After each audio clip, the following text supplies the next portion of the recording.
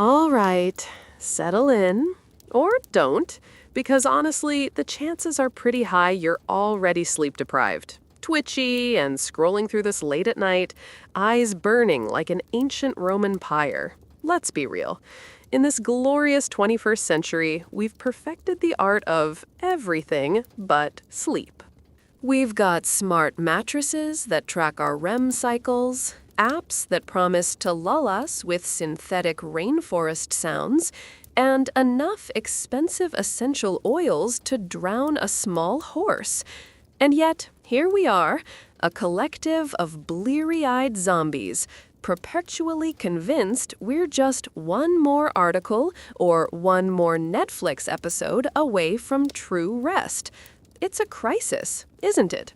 A relentless, glowing, notifications pinging, existential dread-inducing assault on our precious unconscious hours.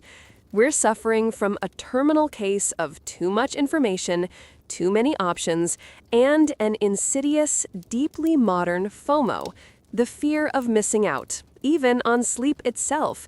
Because what if something interesting happens while you're unconscious? God forbid. You know the drill.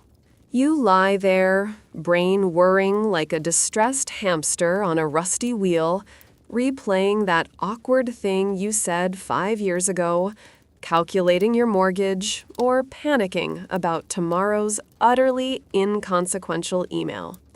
Your phone, a malevolent little rectangle of blue light, pulses beside you, whispering sweet nothings about global catastrophes and celebrity scandals. Your smart speaker, ever listening, might even chime in with the helpful, "Did you know ancient Roman emperors often slept on elaborate feather beds?" And you think, great, another thing to feel inadequate about. This isn't rest. It's a nightly gladiatorial combat against your own overstimulated psyche.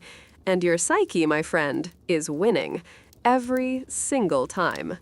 We've built a world so utterly saturated with comfort, convenience, and constant stimulation that our primordial brains, designed for hunting woolly mammoths and dodging saber-toothed tigers, are just short-circuiting.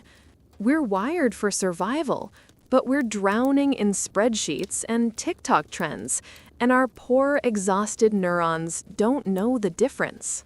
But what if I told you there was a time, a simpler, darker, profoundly unglamorous time, when people understood sleep on a fundamental, brutal level, when they didn't need melatonin gummies or weighted blankets because their entire existence was a carefully orchestrated symphony of exhaustion, when their bodies simply gave up at the end of the day, with no apologies, no second thoughts, and absolutely no digital distractions.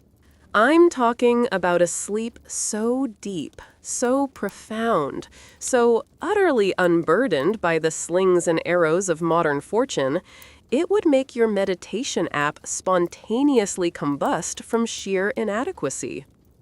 This is where the thesis statement, dripping with sarcasm and historical revisionism, drops like a lead Roman coin.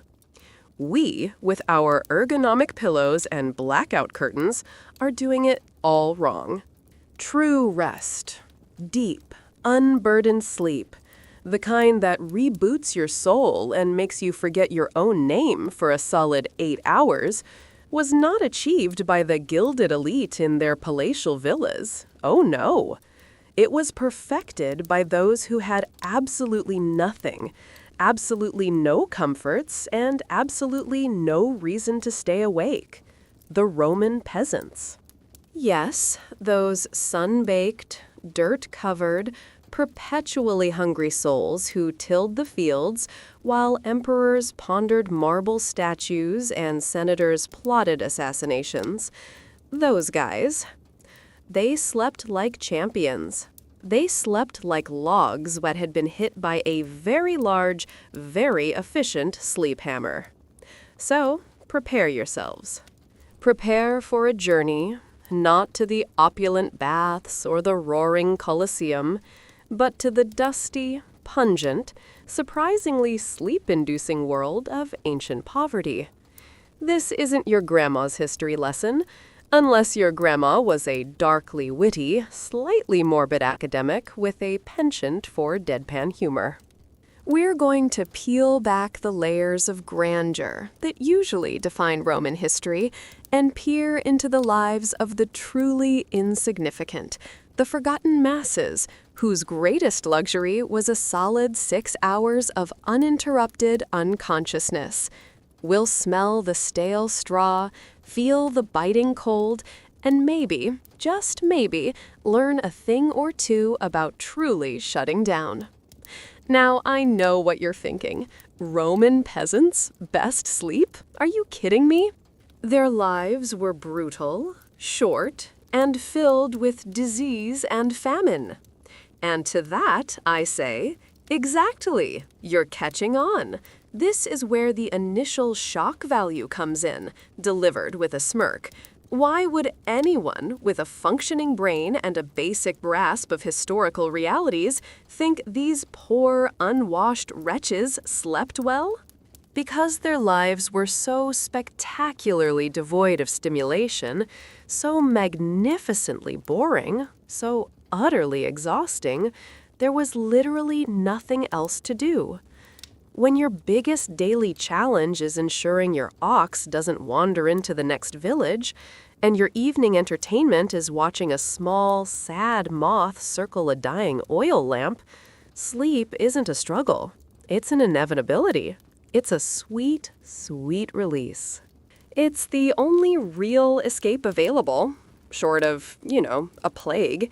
And when that came, well, it was a pretty permanent sleep, wasn't it? So strap in, Buttercup. We're about to get historically sleepy. Before we plunge headfirst into the fragrant, sun-drenched fields and the surprisingly comfortable slumbers of ancient Rome's most overlooked demographic, we need to establish exactly who we're talking about. Because when you hear Roman, your brain probably conjures images of toga-clad senators pontificating on marble steps, or legionaries in gleaming armor marching with the discipline of a well-oiled killing machine. You might even picture wealthy patricians lounging on couches, being fed grapes by slaves, contemplating the intricate philosophy of the Stoics, or perhaps just the sheer genius of their indoor plumbing. But no, my friend. We are not interested in those high flyers, those architects of empire, those titans of ancient industry. They had their own anxieties, their own sleepless nights filled with political intrigue and the indigestion of too many roasted dormice. No, we are diving deep, scraping the bottom of the social barrel, into the lives of the plebs rustica, the rural common folk. The salt of the earth, if the earth was perpetually caked onto their hands and feet. These were the true agricultural backbone of the Roman Empire, the silent, uncomplaining, and largely forgotten masses who quite literally fed the beast that was Rome. Their social standing? Oh, it was exquisite. They were firmly planted on the bottom rung of the Roman social ladder, just a hair's breadth about actual chattel slaves. Think of it. You're not a slave, technically. You have a smidgen of freedom, a sliver of ownership, usually over a plot of land that barely sustains you. You can't be bought and sold, which is a definite plus, but your existence is still defined by endless toil, vulnerability, and a profound lack of prospects. Their entire existence revolved around the relentless, unforgiving cycle of survival. It wasn't about climbing career ladders, investing in crypto, or even getting a decent Yelp review for their pottery. It was about coaxing enough barley from the sun-baked soil to keep their family from starving through the winter. It was brutal, it was repetitive, and it was the ultimate, albeit involuntary, preparation for an unbelievably good night's sleep. Geographically speaking, we're mostly talking about the countryside. The vast, sprawling, often dusty and sun-scorched hinterlands, far removed from the bustling, noisy, disease-ridden, and, frankly, rather stressful cities. Forget the urban sprawl of Rome itself, with its clanking carts at all hours, its incessant shouting, its sewage-filled streets, and its multi-story insulae prone to spontaneous combustion and collapse. No, our peasants were out in the sticks. They were working the land, raising livestock, and occasionally, perhaps, trudging to the nearest small market town, which would have been about as exciting as watching paint dry, if the paint was also mostly mud. This rural isolation was a crucial ingredient in their sleep-inducing cocktail of deprivation. No endless sirens, no rowdy neighbors debating philosophy at 3 a.m., no gladiatorial fights keeping them up with the crowd's roar. Just the crickets, the wind, and the occasional mournful lowing of a cow. Pure, unadulterated, sleep-promoting quiet. And here's the kicker, the secret ingredient, the psychological balm that modern self-help gurus would charge you a fortune for. The power of irrelevance. Nobody, and I mean nobody, particularly cared what these peasants thought or did. They weren't shaping policy, they weren't building architectural marvels, they weren't leading legions to victory. Their sphere of influence extended, at most, to the next furrow in their field. This complete and utter lack of importance meant less pressure to perform, to impress, to conform, or to be anything other than what they were, a cog in the agrarian machine. No social climbing, no keeping up with the Joneses, who probably lived 3 days' walk away and had equally unremarkable goats, no carefully curated online persona. Just honest, brutal, back-breaking work, and then glorious, dreamless oblivion. Imagine the mental liberation. Imagine a life where your worth isn't measured by your net worth, your follower count, or the number of exotic vacations you've taken. Imagine a life where the most pressing question is, will it rain? And is that a wolf? Rather than, did my boss see that email? Or is anyone else silently judging my outfit right now? It's profoundly freeing, isn't it? A freedom that our modern, hyper-connected, hyper-judgmental world has all but forgotten. This deep, profound, existential irrelevance, combined with relentless physical labor, was a recipe for sleep so deep it bordered on a temporary coma. And frankly, after a day in the Roman sun, that sounds less like a hardship and more like a heavenly blessing. Now, let's talk about the Roman Empire. You know, the one with the triumphal arches, the sprawling network of roads, the engineering marvels that still astound us today, the one that gave us concepts of law, governance, and surprisingly effective concrete, the one that spread its glorious, iron-fisted influence across most of the known world? Yeah, that one. From the perspective of our average Roman peasant, tucked away in their sun-baked hovel, tilling the same plot of land their great-grandparents tilled, the Roman Empire was less a grand narrative of glory and more, well, it was mostly just background noise, and not even particularly loud background noise, usually. While Rome was busy building aqueducts that still stand today, marvels of hydraulic engineering designed to deliver pristine mountain spring water to their cities, the peasant was busy building a slightly less leaky roof for their mud and straw hut. Probably using the same techniques their ancestors had perfected over centuries, with the occasional, grudging nod to a new method if it promised marginally fewer structural collapses during a heavy rain. The grandeur, the monumental scale, the sheer audacity of Roman imperial ambition, to the peasant, it was an abstract concept, as distant and intangible as the latest TikTok dance crazes to a deep-sea anglerfish. They weren't beneficiaries of this grandiosity. They were simply the ground upon which it was built, and the soil from which it drew its sustenance.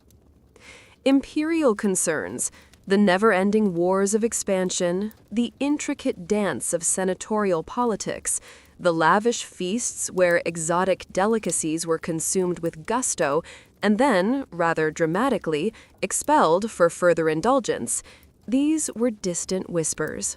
If they were heard at all, it was usually through a traveling merchant or a returning soldier, or perhaps a rather drunk local official stopping by to collect taxes.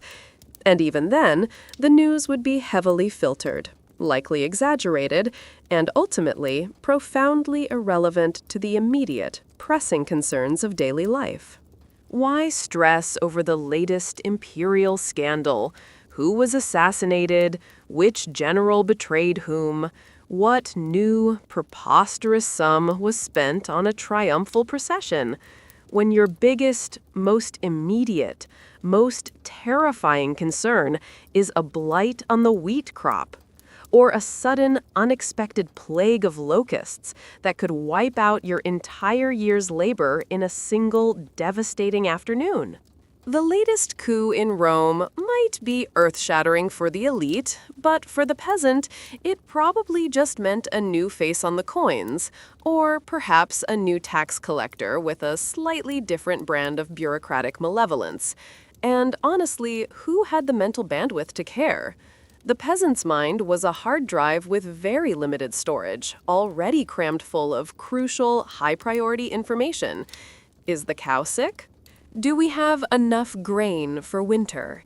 Is that cloud formation a sign of rain or just another celestial practical joke?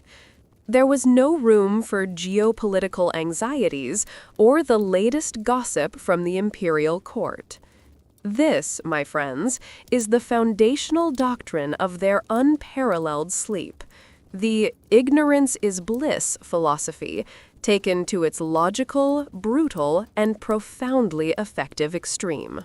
A literal, undeniable lack of information allowed for a blissful lack of concern about matters entirely out of their control. They weren't doom-scrolling through papyrus scrolls of imperial decrees. They weren't staying up late, furiously debating the implications of the latest senatorial vote on some ancient Roman Reddit forum. There were no 24/7 news cycles broadcasting every single minor tremor in the empire. Their world was small, tangible, and immediate. The only news that truly mattered was whether the sun would rise tomorrow, whether the rains would come, and whether their crops would grow. Imagine for a moment the sheer, unadulterated mental peace that comes from knowing absolutely nothing about 99% of the world's problems. No climate change existential dread. No global pandemics keeping you awake at night, beyond the ones physically present in your village, which, to be fair, were quite effective at putting you to sleep permanently. No political polarization tearing families apart on Facebook, just the endless, grinding reality of farming. And when your mind isn't constantly assaulted by the abstract, the distant, and the utterly unfixable, it has a remarkable tendency to simply quiet down. It's like a computer that's never been connected to the internet, happily chugging along with its single repetitive task, blissfully unaware of the malware and pop-ups that plague its wired cousins. The Roman peasant's mind was a finely tuned, single-purpose machine, built for physical survival. And when that survival was secured, even for a single day, the default setting was not anxiety, but rather a deep, compelling, and utterly irresistible urge for rest. A brain unburdened by the empire's drama was a brain primed for sleep. And for that, we, the perpetually worried, can only gaze upon their peaceful, ignorant slumber with a mixture of envy and a touch of horror. All right, let's get down to the brass tacks. Or rather, the sun-baked soil and the blunt edges of ancient tools. You want to know the secret to unparalleled sleep? It starts with the absolute, uncompromising, non-negotiable tyranny of the sun. Forget your smartwatches, your synchronized atomic clocks, your meticulous Google Calendar reminders. For the Roman peasant, the sundial wasn't just a pretty garden ornament, it was their only clock, their unwavering foreman, their uncompromising timekeeper. They didn't have a 9 to 5. They had a dawn to dusk, and sometimes even a little before and a little after that, just for good measure. Waking with the dawn wasn't some romantic, mindful choice endorsed by a wellness influencer. It was a biological imperative. The first sliver of light piercing the cracks in their hovel was the alarm clock. No gentle chime, no vibrating mattress, just the gradual, undeniable brightening of the world, punctuated by the crow of a rooster, nature's loudest, most aggressive alarm clock, and the insistent rumbling of an empty stomach. You woke up because there was light and because there was work. And you worked until dusk, until the last usable rays of the sun dipped below the horizon, plunging the world into an inky blackness that demanded you cease all productive activity. There was no concept of a rigid 9 to 5, or a 40-hour work week, or even a lunch break that lasted longer than it took to shove a piece of coarse bread into your mouth. There was just the endless, relentless cycle of the day, dictated not by human ambition or corporate quarterly reports, but by the immutable demands of nature. Farming wasn't a job you clocked in and out of, it was life itself. The crops didn't care about your personal schedule, your me time, or your mental health day. The wheat needed planting when it needed planting. The olives needed harvesting when they needed harvesting. And the sheep needed shearing when they decided their wool was getting too heavy. There were no artificial deadlines, only the raw, undeniable exigencies of the season. Miss a planting window, and your family starves. Fail to harvest before a storm, and you're looking at destitution. The stakes were existential, and the rhythm was primal. And this, my friends, had a deep, profound psychological impact, one that we, with our perpetually disrupted circadian rhythms, can only dream of. The peasants were truly, utterly, completely in sync with their environment. Their bodies were not fighting against the natural ebb and flow of light and dark, heat and cold, activity and rest. They were collaborators, partners in the ancient dance of survival. Their internal clocks, untainted by artificial light or social media, were perfectly calibrated to the sun's journey across the sky. When the sun was high, they toiled. When it dipped, their bodies naturally signaled for rest.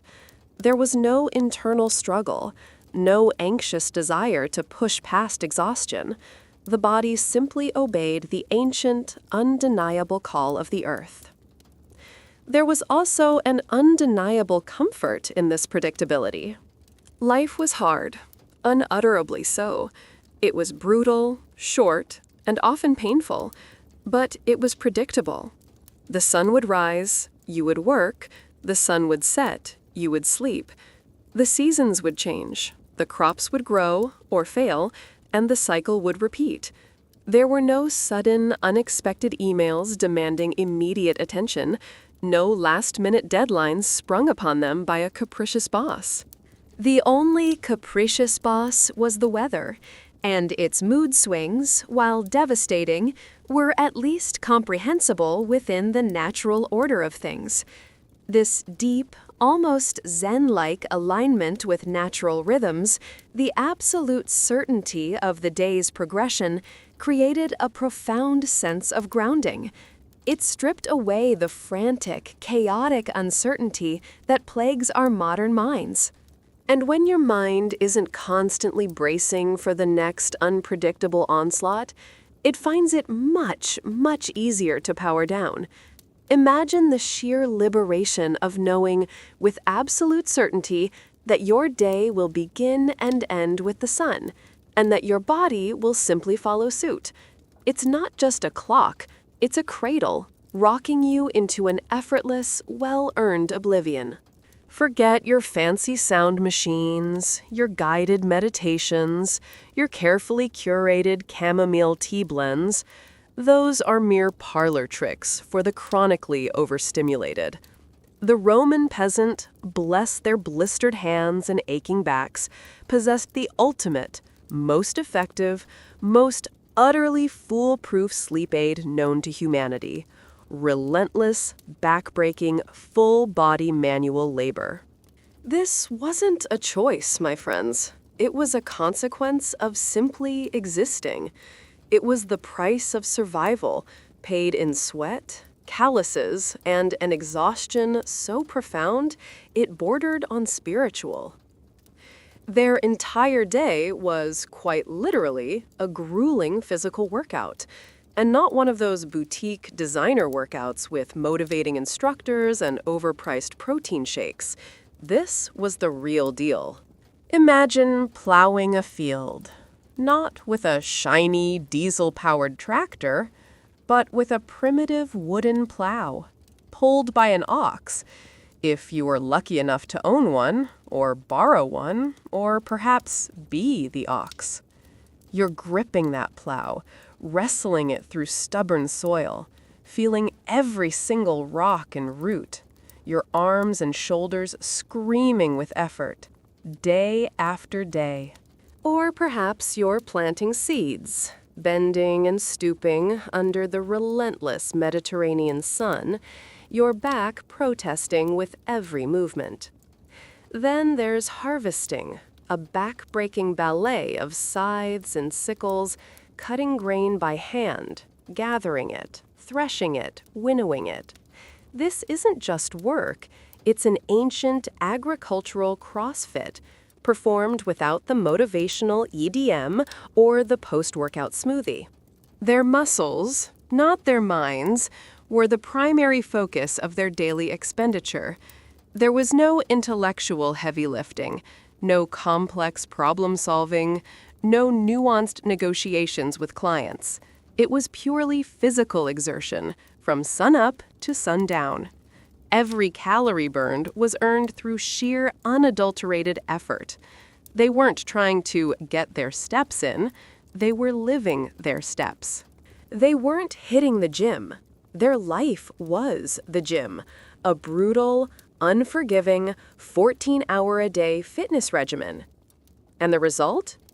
Absolute, total, profound physical exhaustion. Sleep wasn't a luxury. It was a physiological imperative. The body simply had to shut down. It didn't have a choice. Think about the post-work crash. You know the feeling, right? After a particularly grueling session at the gym, or a long day of moving furniture, where your muscles feel like jelly, your brain feels fuzzy, and all you want to do is collapse into a heap and not move for a solid decade. Now multiply that feeling by about 10, add in some genuine hunger and physical discomfort, and you're getting close to the daily reality of a Roman peasant. Their bodies weren't just tired, they were utterly, completely spent. Every muscle fiber, every sinew, every joint was screaming for relief. When you reach that level of physical stress, sleep isn't something you pursue. It's something that aggressively pursues you. It wraps you in its dark embrace and doesn't let go until your body has done some serious repairs. And let's not overlook the glorious absence of a sedentary lifestyle. No desk jobs, no 8-hour stretches staring at a glowing screen, slowly atrophying into a hunched-over caricature of humanity. No binge-watching 8 seasons of a show in one sitting, feeding your brain a constant drip of dopamine while your body lies stagnant. Every single thing a Roman peasant did, from fetching water to tending animals to processing food, involved movement, effort, and strength. Their bodies were lean, sinewy, and incredibly strong, not from curated workouts, but from the demands of basic survival. They didn't have to worry about getting enough activity because their entire existence was a relentless activity. And when your body is truly fundamentally exhausted from head to toe, your brain, bless its little cotton socks, simply gives up the fight. It powers down.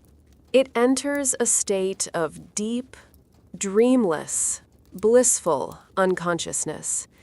It's the kind of sleep that modern CEOs pay thousands for, achieved by people who owned little more than the clothes on their backs. A truly dark comedy, isn't it? The best sleep, earned through the hardest life. Now, let's talk about sustenance. Because what you put into your body, or rather, what the Roman peasant could put into their body, played a surprisingly crucial role in their superior slumber.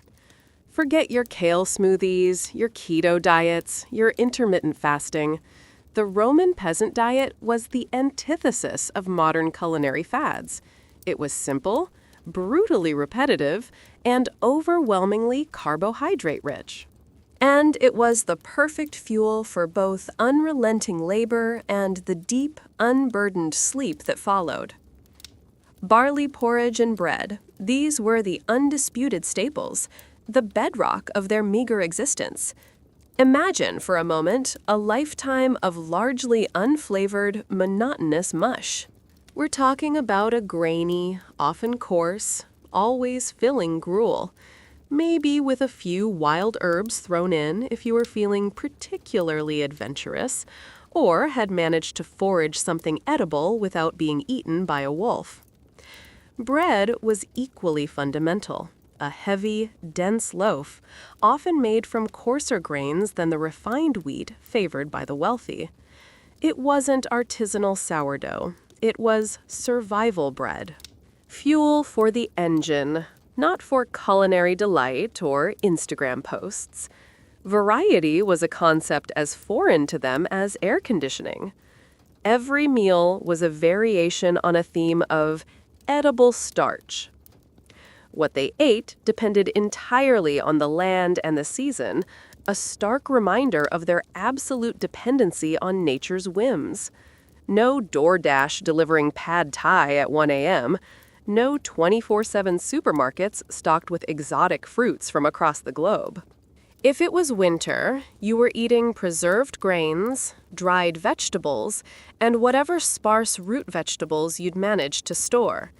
If it was summer, you might get some fresh figs or grapes, a brief, glorious reprieve from the monotony. Meat was a rare luxury, reserved for special festivals, or if an animal died of natural causes, and was safe to eat, which was always a gamble. Protein was primarily from pulses, like lentils and beans. This diet was designed for one thing and one thing only: to provide enough calories to sustain back-breaking physical labor.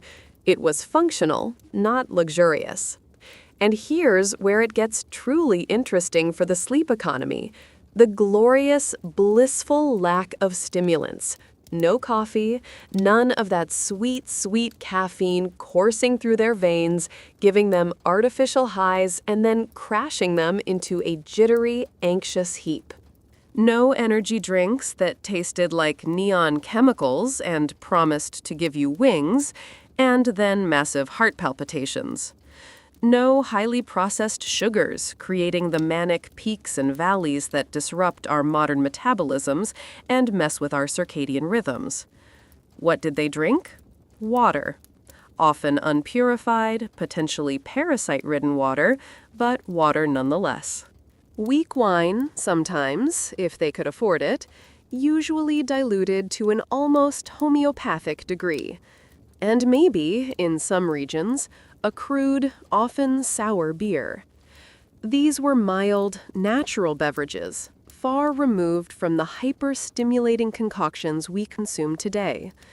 Their bodies operated on pure, natural fuel, not artificial boosts and subsequent crashes. Their relationship with food was entirely about function.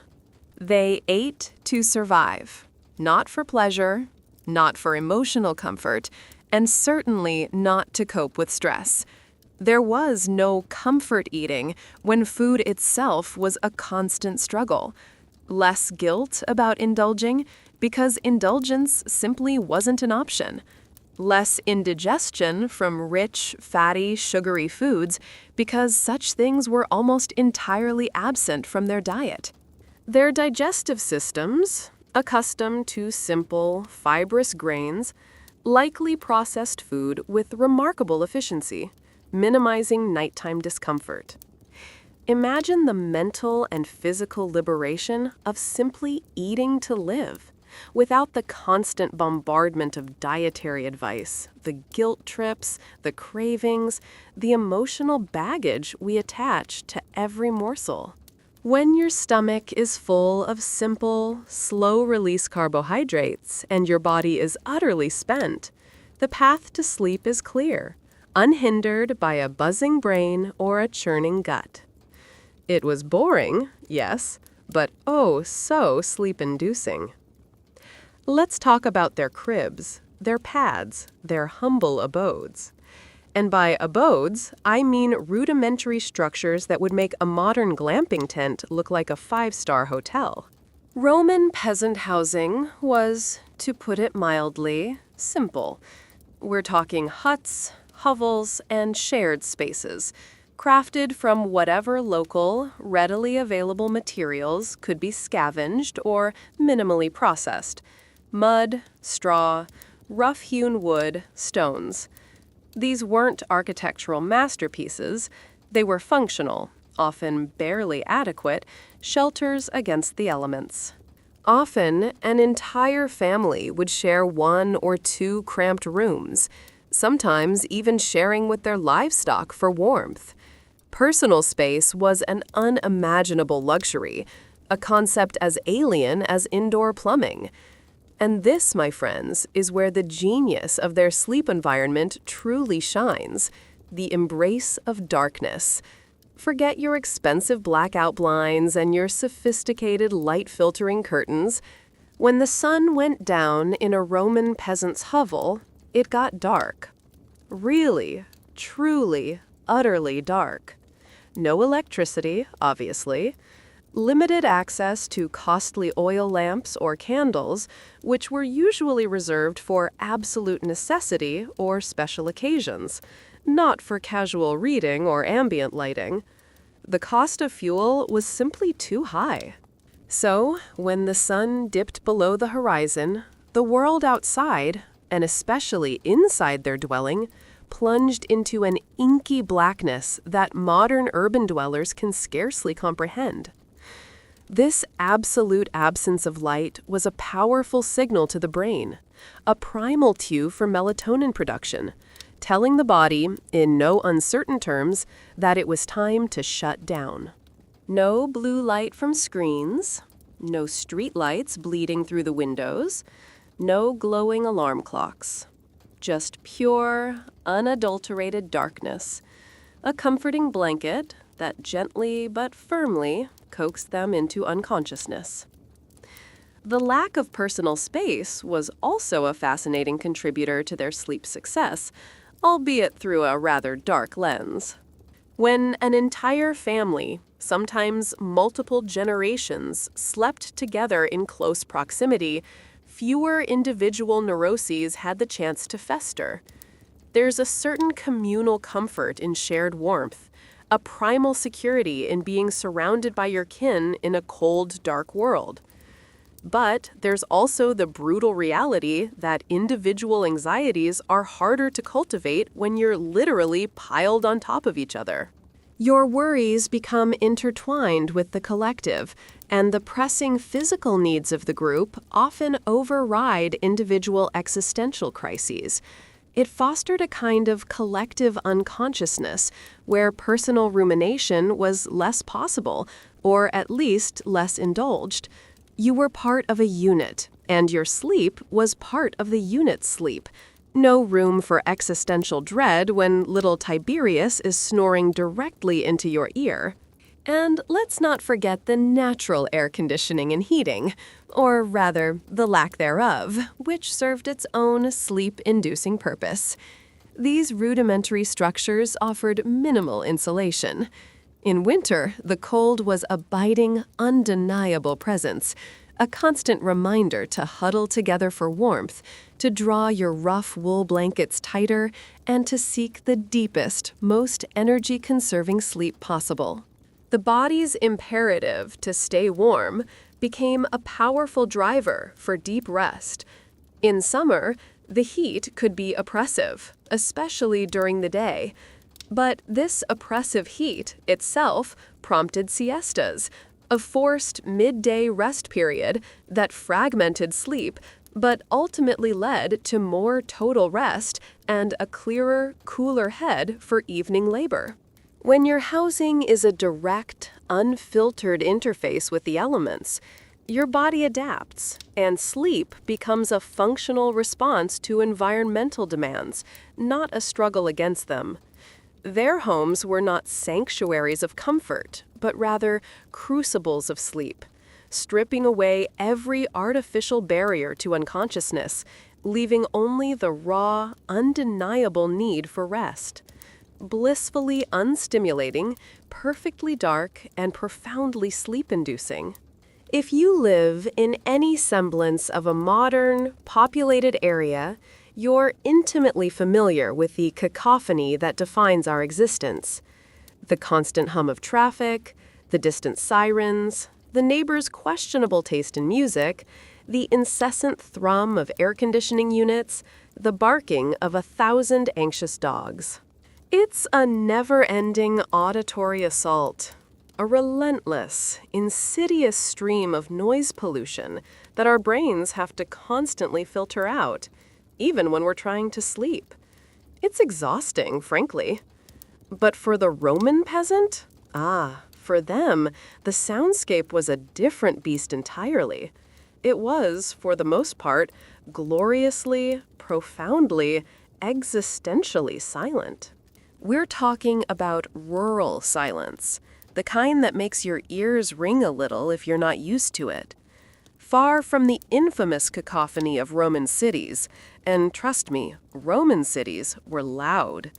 Imagine narrow streets crammed with carts, vendors shouting, blacksmiths hammering, legions marching, crowds cheering, animals braying, and the constant, low roar of thousands upon thousands of people living cheek by jowl. No, our peasants were spared that urban nightmare.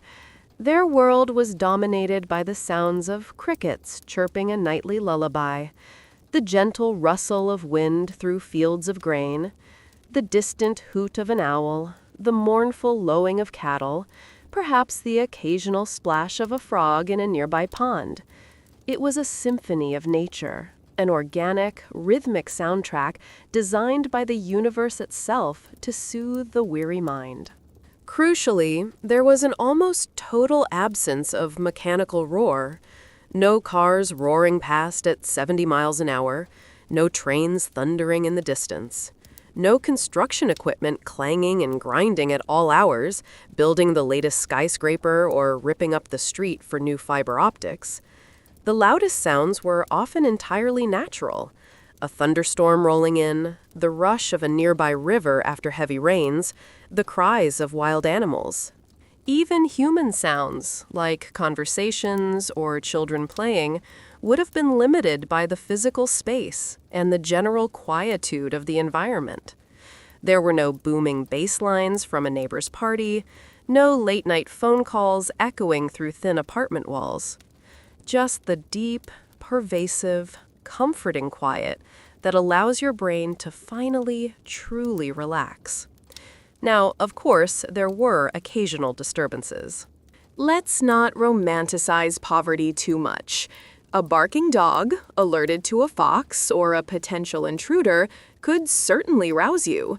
A particularly violent storm could rattle your flimsy hut and keep you awake with primal fear. And yes, the very real threat of raiding bandits, a subject we'll delve into later, would absolutely snap you awake faster than a shot of espresso. But these weren't daily, predictable stressors like modern traffic or constant notifications. These were acute, specific events, often followed by a return to the prevailing quiet.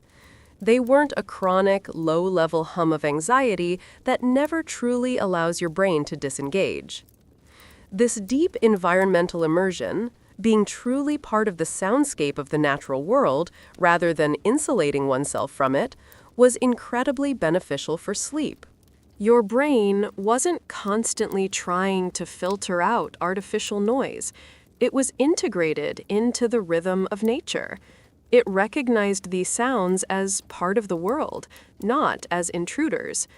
The chirping crickets and the rustling leaves became a natural white noise machine, a constant, predictable hum that faded into the background, allowing the mind to drift effortlessly into unconsciousness. Imagine the sheer luxury of a night where the loudest thing you hear is your own breathing, or the gentle, rhythmic snores of your sleeping family. A world without noise pollution is a world where sleep comes not just easily, but deeply, profoundly, and without the constant, irritating hum of modern life clinging to your subconscious. The Roman peasant didn't just sleep, they dissolved into the silence. Let's turn our gaze to light. Or rather, the stark, brutal, and profoundly effective absence of it for our Roman peasant. In our modern world, we are bathed in light. Our cities glow like sprawling alien organisms from space. Our homes are illuminated like surgical theaters, and our devices emit a perpetual blue glow that actively wages war on our natural sleep cycles. We have forgotten what true darkness feels like. But for the Roman peasant, light was a precious commodity, and darkness was an unavoidable, omnipresent reality that served as the ultimate sleep cue. From dawn to dusk, their lives were entirely dictated by the sun's cycle. There was no escaping its relentless, illuminating presence. When the sun was up, you worked, period. Every ray of sunlight was a resource, a precious opportunity to toil, to grow, to build, to survive. Their eyes, unburdened by artificial screens, were finely tuned to the subtle shifts in natural light, instinctively recognizing the cues for activity and, eventually, for rest. They didn't have to try to get outside for natural light. Their entire lives were spent bathed in it.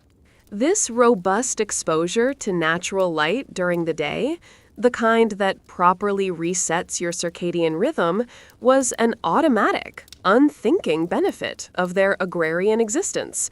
And then, as the sun dipped below the horizon, the real magic happened.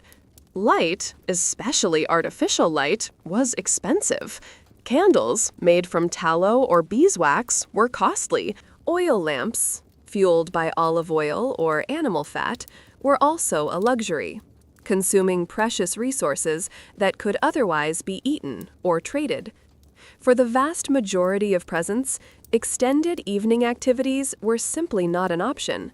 The moment the sun set, the cost-benefit analysis of burning precious fuel for mere illumination quickly tilted towards don't bother. So, when it was dark, it was dark. Not dimly lit dark, not I can still see my phone dark. We're talking about a primal, absolute darkness that our light-polluted eyes can barely imagine. This isn't just about saving money. It's about a profound, involuntary physiological response. The absence of blue light, that insidious frequency emitted by our phones, tablets, and computer screens, was a game changer. Blue light actively suppresses melatonin production, the hormone that signals to your body it's time to sleep. For the Roman peasant, as soon as the natural light faded, their bodies would begin their natural, uninterrupted melatonin production. There was no glowing screen to trick their brains into thinking it was still daytime. No scrolling through endless feeds, no late-night emails, no digital distractions demanding their attention. The world simply went black. And when the world goes black, your brain, wired for millennia to follow these ancient rhythms, simply says, well, I guess that's it for the day. Time to shut down. The unavoidable darkness was not just a lack of light, it was an imperative to sleep. When it was dark, you slept. There was literally nothing else productive or even vaguely entertaining to do. You couldn't read, unless you could afford a lamp, which you couldn't, and also literacy was rare anyway. You couldn't watch anything. You couldn't even really converse easily without light. So the options were simple. Sit in the dark, bored out of your mind, or succumb to the glorious embrace of unconsciousness. The choice was clear. The darkness was a heavy, comforting blanket, a powerful, unwavering signal that the day's labor was done and rest was not just deserved, but demanded.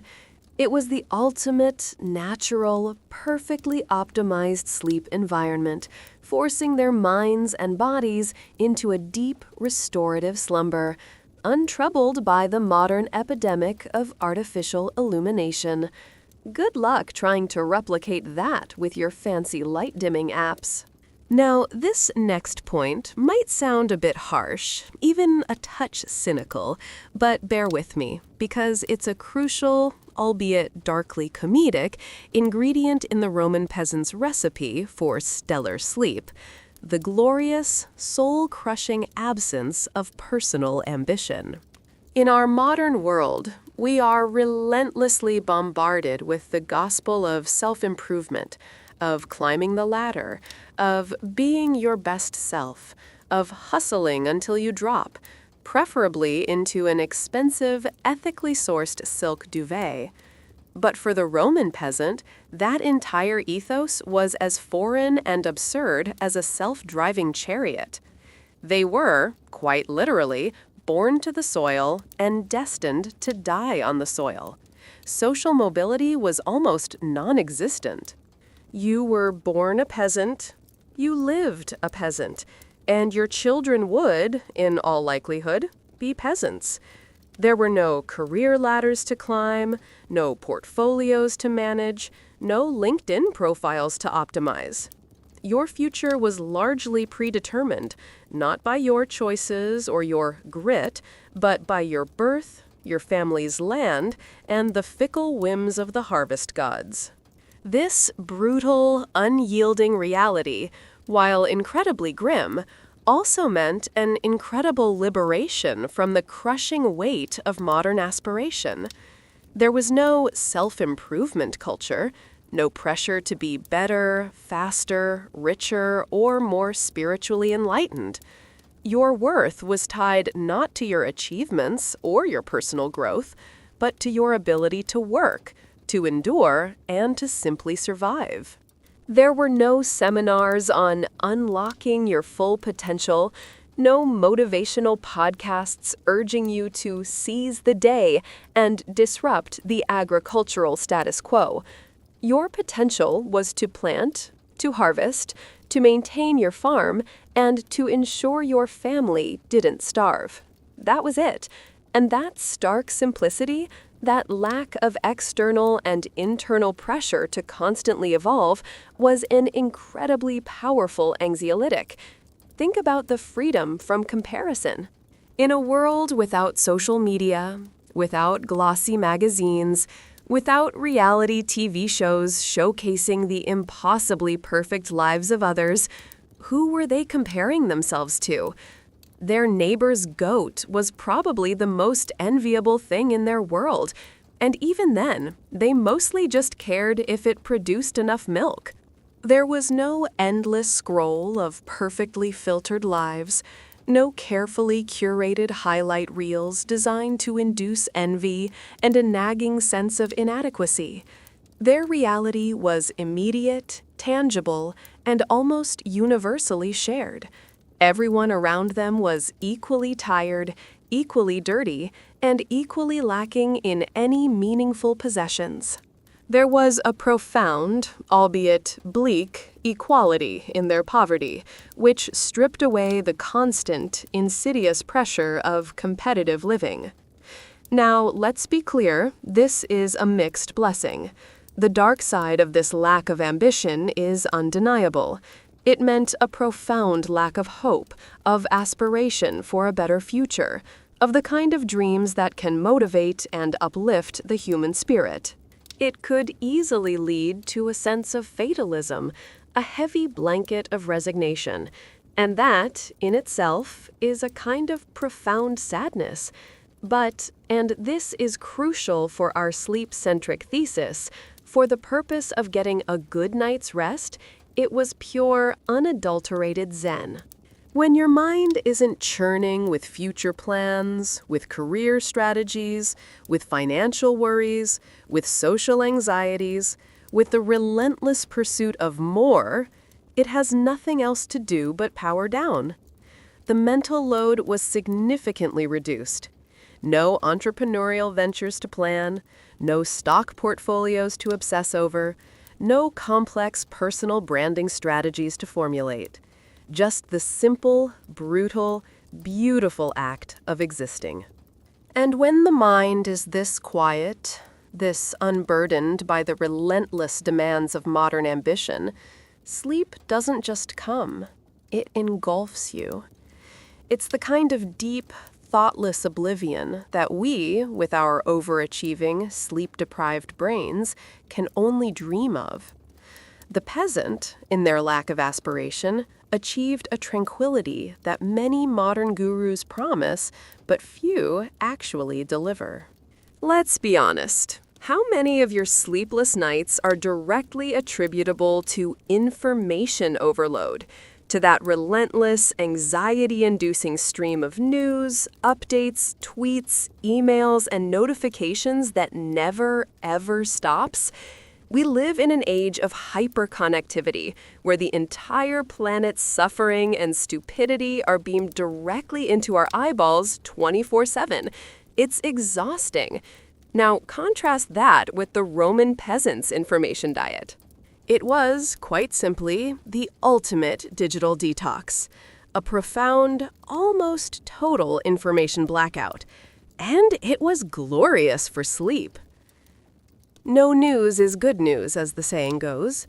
For the Roman peasant, it was usually just no news, period.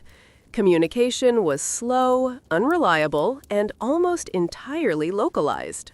News of distant events, whether a Roman legion had just conquered some far-off land, or a new emperor had ascended, or more likely been assassinated, would take weeks, if not months, to reach their isolated villages. And even then, it would be third or fourth hand, distorted by gossip and embellished by traveling merchants. There was no urgent breaking news, no constant updates demanding their attention, no distant events to worry about, because they simply didn't know about them. The concept of global concerns was as alien as personal hygiene. Their world, their entire mental universe, was intensely local. It extended only as far as the next village or market town, perhaps a day's walk away. The gossip from that village, the price of grain at the market, the health of the local livestock, that was their news. Their concerns were immediate, tangible, and directly related to their survival.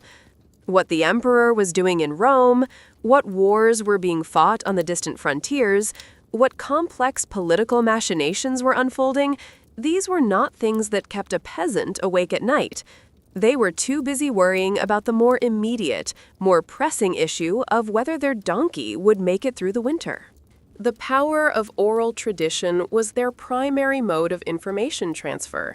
Stories, gossip, local legends, and ancestral tales were their news, their entertainment, and their history lessons, all rolled into one. And this information was contained, finite. It wasn't an endless, algorithm-driven feed designed to constantly engage and enrage. It was shared around a crackling fire, a human-to-human interaction with natural pauses and limits. When the storyteller ran out of stories, the news stopped. When the fire died down, it was time for bed. There was no endless scroll, no infinite stream of content to consume. This gave them a profound freedom from choice overload. We, in our modern world, are paralyzed by choice. What to watch, what to read, what to listen to, what to think about. Our brains are constantly making micro decisions, and this cognitive load, even when subconscious, is exhausting. For the peasant, choice was a luxury, and information was scarce. There was no existential dread induced by algorithms trying to predict their next move. There was just the mundane, repetitive, and utterly predictable details of their immediate lives. No what-if scenarios playing out in their minds based on the latest geopolitical crisis. No late-night anxiety attacks fueled by the opinions of strangers on the internet. Their minds, unburdened by the sheer volume and complexity of modern information, were simpler, quieter, and ultimately far more amenable to sleep. Imagine a mind that isn't constantly processing, analyzing, and reacting to an endless fire hose of data. It's a mind that can actually switch off. It's a mind primed for oblivion. Modern self-help gurus preach mindfulness, resilience, and the power of positive thinking. We're encouraged to manifest our desires, to control our destinies, to be the architects of our own success. It's all very empowering and also, frankly, utterly exhausting when things inevitably go sideways. But the Roman peasant operated on a different philosophy entirely, one that, while bleak, was incredibly effective at silencing the anxious mind. Fatalism as a lifestyle. It was stoicism, not by intellectual choice, but by brutal, undeniable default. There was very little they could control. Their lives were a perpetual gamble against the elements, against disease, against the occasional marauding bandit, and against the whims of distant, often indifferent imperial powers. What happened, happened. A crop failed, the gods were displeased, or fate had simply dealt a cruel hand. A family member fell ill, the fates had spun their thread, or an evil spirit was at play. There was no sophisticated scientific understanding, no complex causal chains to analyze, just an acceptance, deeply ingrained and brutally practical, that some things were simply beyond human intervention. This wasn't an intellectual exercise in philosophical debate. There was no time for abstract contemplation when your very survival hung in the balance. Instead, it was a practical acceptance of life's brutal realities. You did what you could. You tilled the soil. You made offerings to the household gods. You prayed for rain. And then you let go. The outcome was in the hands of the gods, or the seasons, or just sheer luck. This relinquishing of control, This profound understanding that so much of life was simply out of their hands was an incredibly powerful antidote to the anxiety that plagues our modern, control-obsessed minds. We agonize over things we can't change. The peasant simply accepted them. Why worry about retirement when you might not live past 40? Why fret over long-term financial planning when a single bad harvest could wipe out everything you've ever owned? The peasant mind was largely free from future planning beyond the immediate needs of the next season or the next few days. Their focus was on present survival, on making it through today and hoping for tomorrow.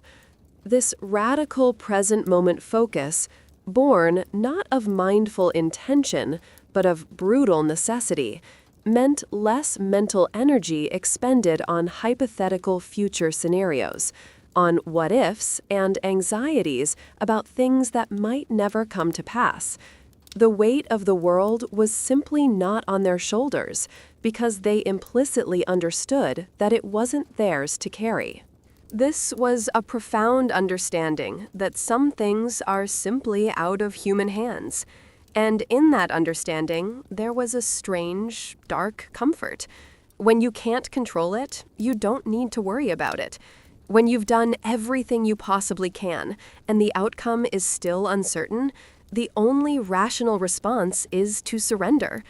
And when you surrender to the immutable forces of fate, the mind quiets down.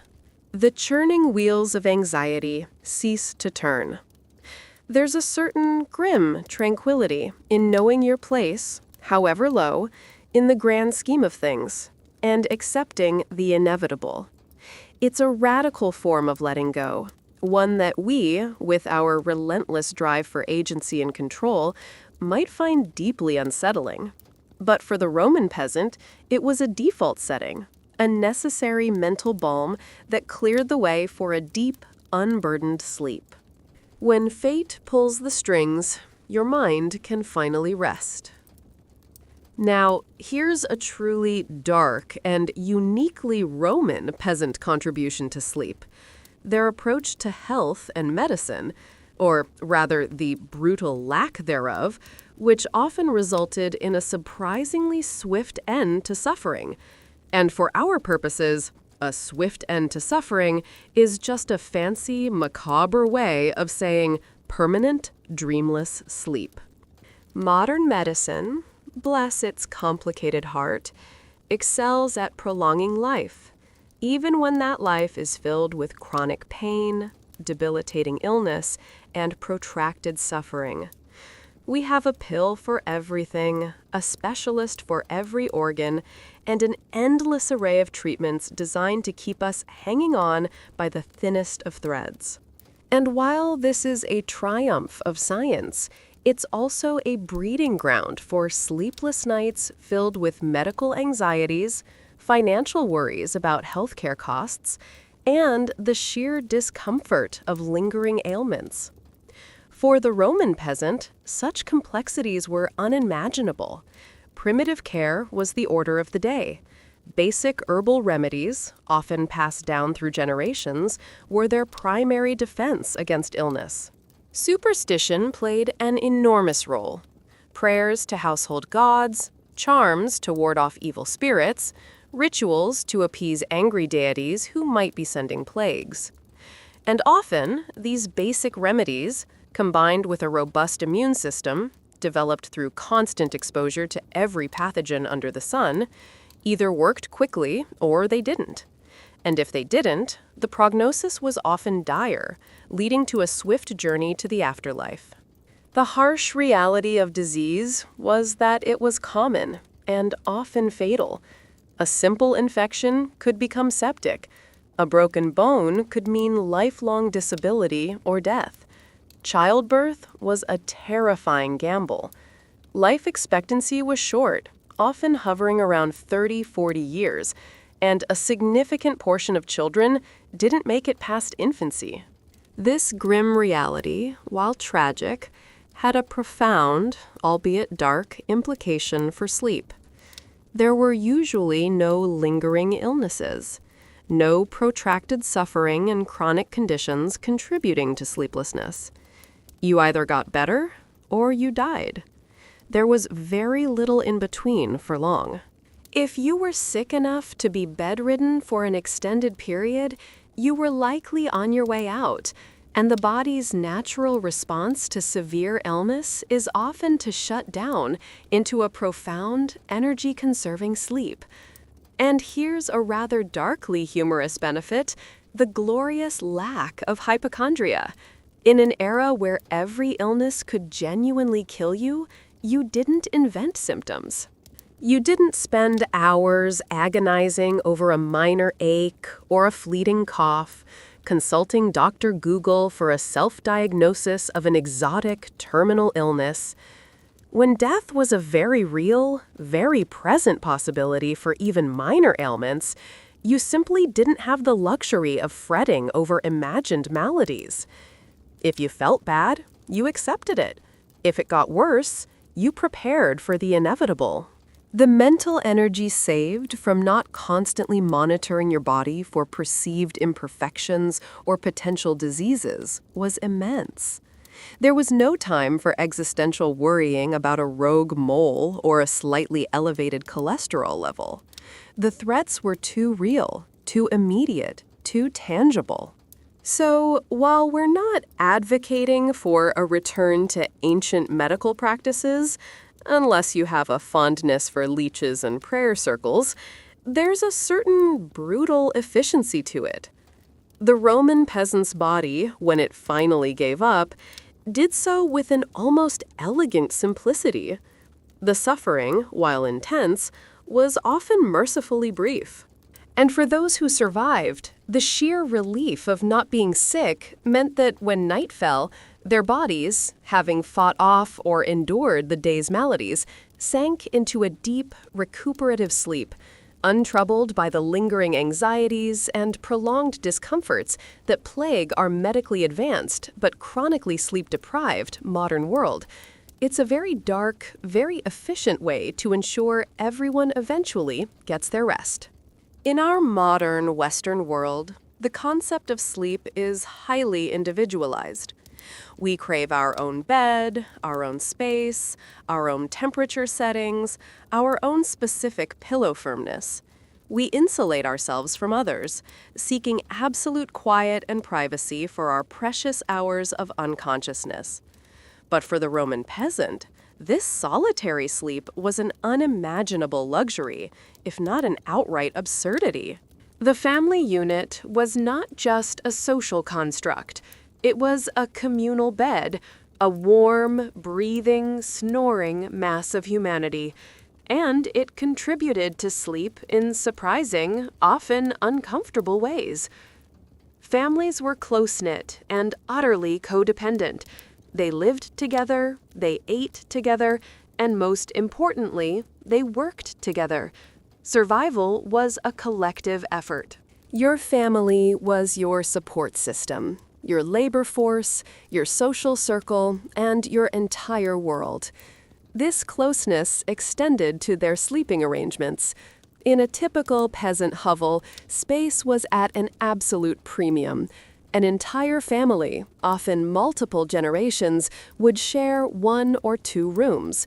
Beds, if they existed as distinct furniture pieces, were often large shared platforms or simply straw mattresses spread on the floor. Privacy was a non-concept. This shared responsibility meant no one was an island. The burdens of life were distributed, and support was inherent in the family structure. If one person was ill, others picked up the slack. If a harvest failed, everyone shared the meager reserves. This collective effort, this deep, ingrained sense of mutual aid, undoubtedly reduced individual mental load. You weren't solely responsible for your own survival. You were part of a larger, interdependent unit. This shared burden, while still immense, was less psychologically isolating than the individualistic pressures we face today. The comfort of proximity, especially in a cold, dark world, cannot be overstated. Imagine a freezing winter night in a poorly insulated hut. The warmth and presence of other human bodies, huddled together under rough blankets and animal skins, was not just a social comfort, it was a practical necessity. It was their heating system, their security blanket, their primal assurance that they were not alone against the vast, terrifying darkness. The rhythmic breathing, the gentle movements, the shared warmth, these physical sensations could be incredibly soothing, a subconscious reminder of safety and belonging, even amidst hardship. Now, let's be unromantic about this for a moment. This wasn't about sentimental bonding or idyllic family coziness. This was about survival and mutual aid, plain and simple. Personal space, emotional boundaries, quiet time for individual reflection, these were luxuries they simply couldn't afford. It meant dealing with the occasional elbow in the ribs, the inevitable chorus of snores, the crying baby, or the shuffling of an older relative. But it also meant that the anxieties of the individual were subsumed into the anxieties of the group. You weren't alone with your thoughts. You were part of a sleeping human pile. And sometimes, in a world of constant threat and uncertainty, that physical closeness, that shared presence, was the most powerful lullaby of all. It was a communal embrace that, for all its discomforts, profoundly grounded them, allowing their minds to surrender to the collective rhythm of sleep. Childhood.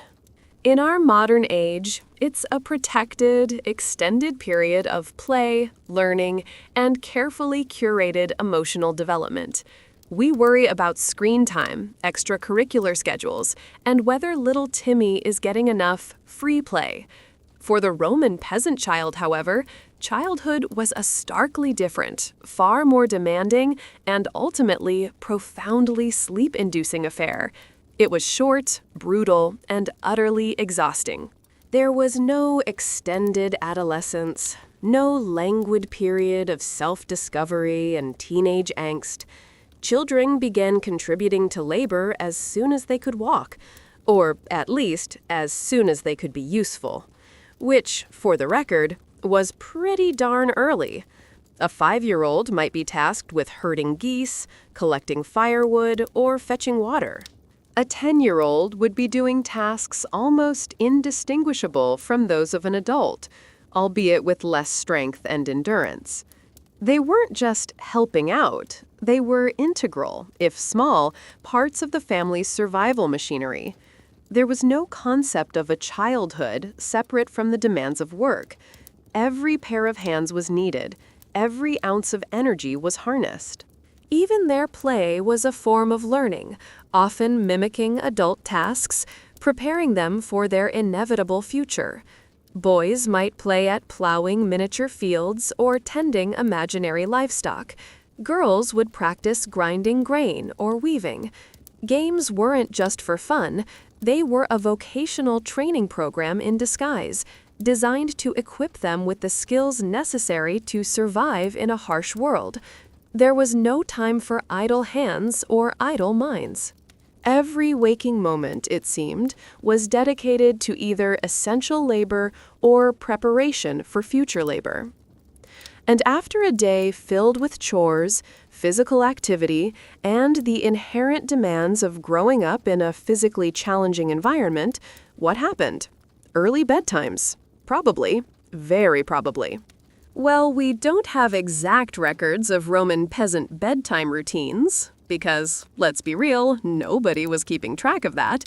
It's safe to assume that after a day of genuine physical exertion, often accompanied by nutritional scarcity, children were likely asleep before the adults.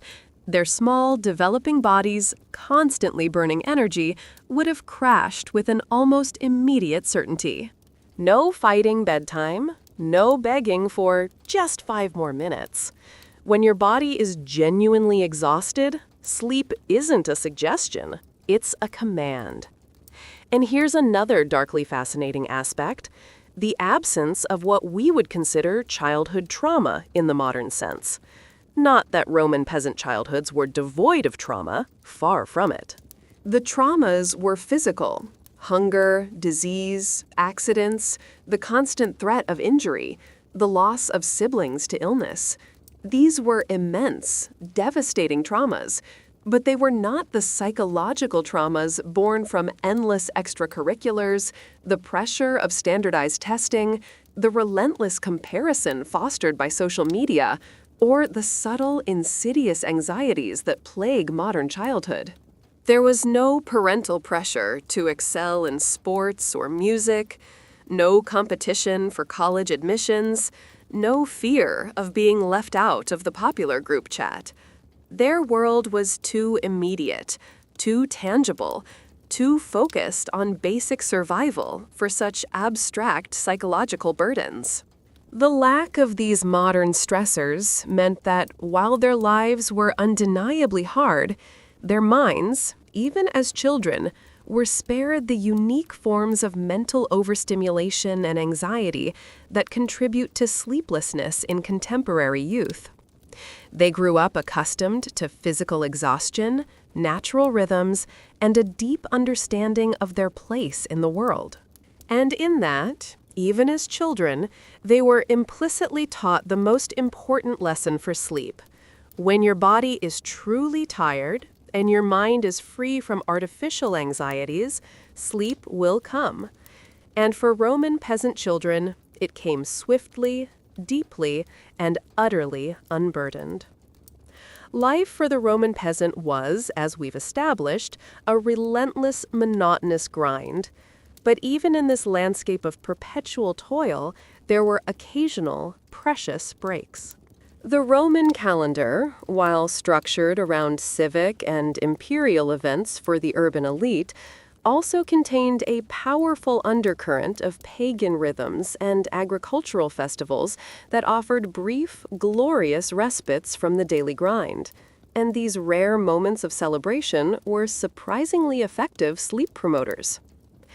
Pagan rhythms and religious festivals were deeply intertwined with the agricultural cycles. The sowing of the seeds, the growth of the crops, the harvest.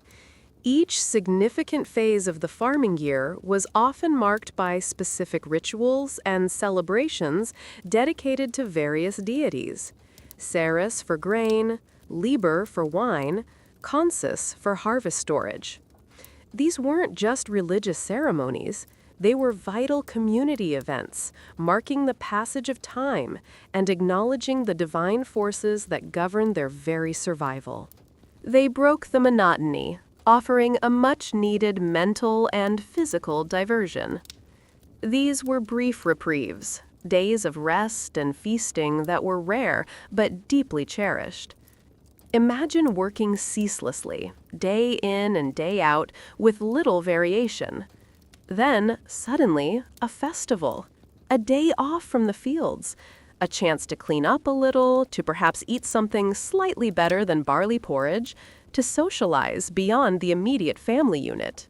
These festivals often involved communal meals, offerings, and sometimes even local games or performances.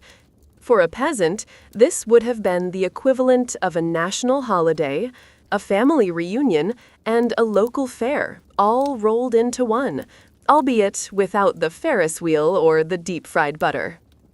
These events were powerful forces for community cohesion. They offered temporary escape from the grind, a chance to reinforce social bonds, to share stories, and to simply exist outside the immediate context of labor. The entire village would come together, a collective sigh of relief, a moment of shared joy in an otherwise harsh existence. This sense of belonging, of shared experience, could be a powerful psychological tonic, easing the individual burdens and anxieties. When you celebrate with your community, you are reminded that you are not alone in your struggles, nor in your brief moments of joy. And here's where it circles back to our favorite topic: sleep after celebration.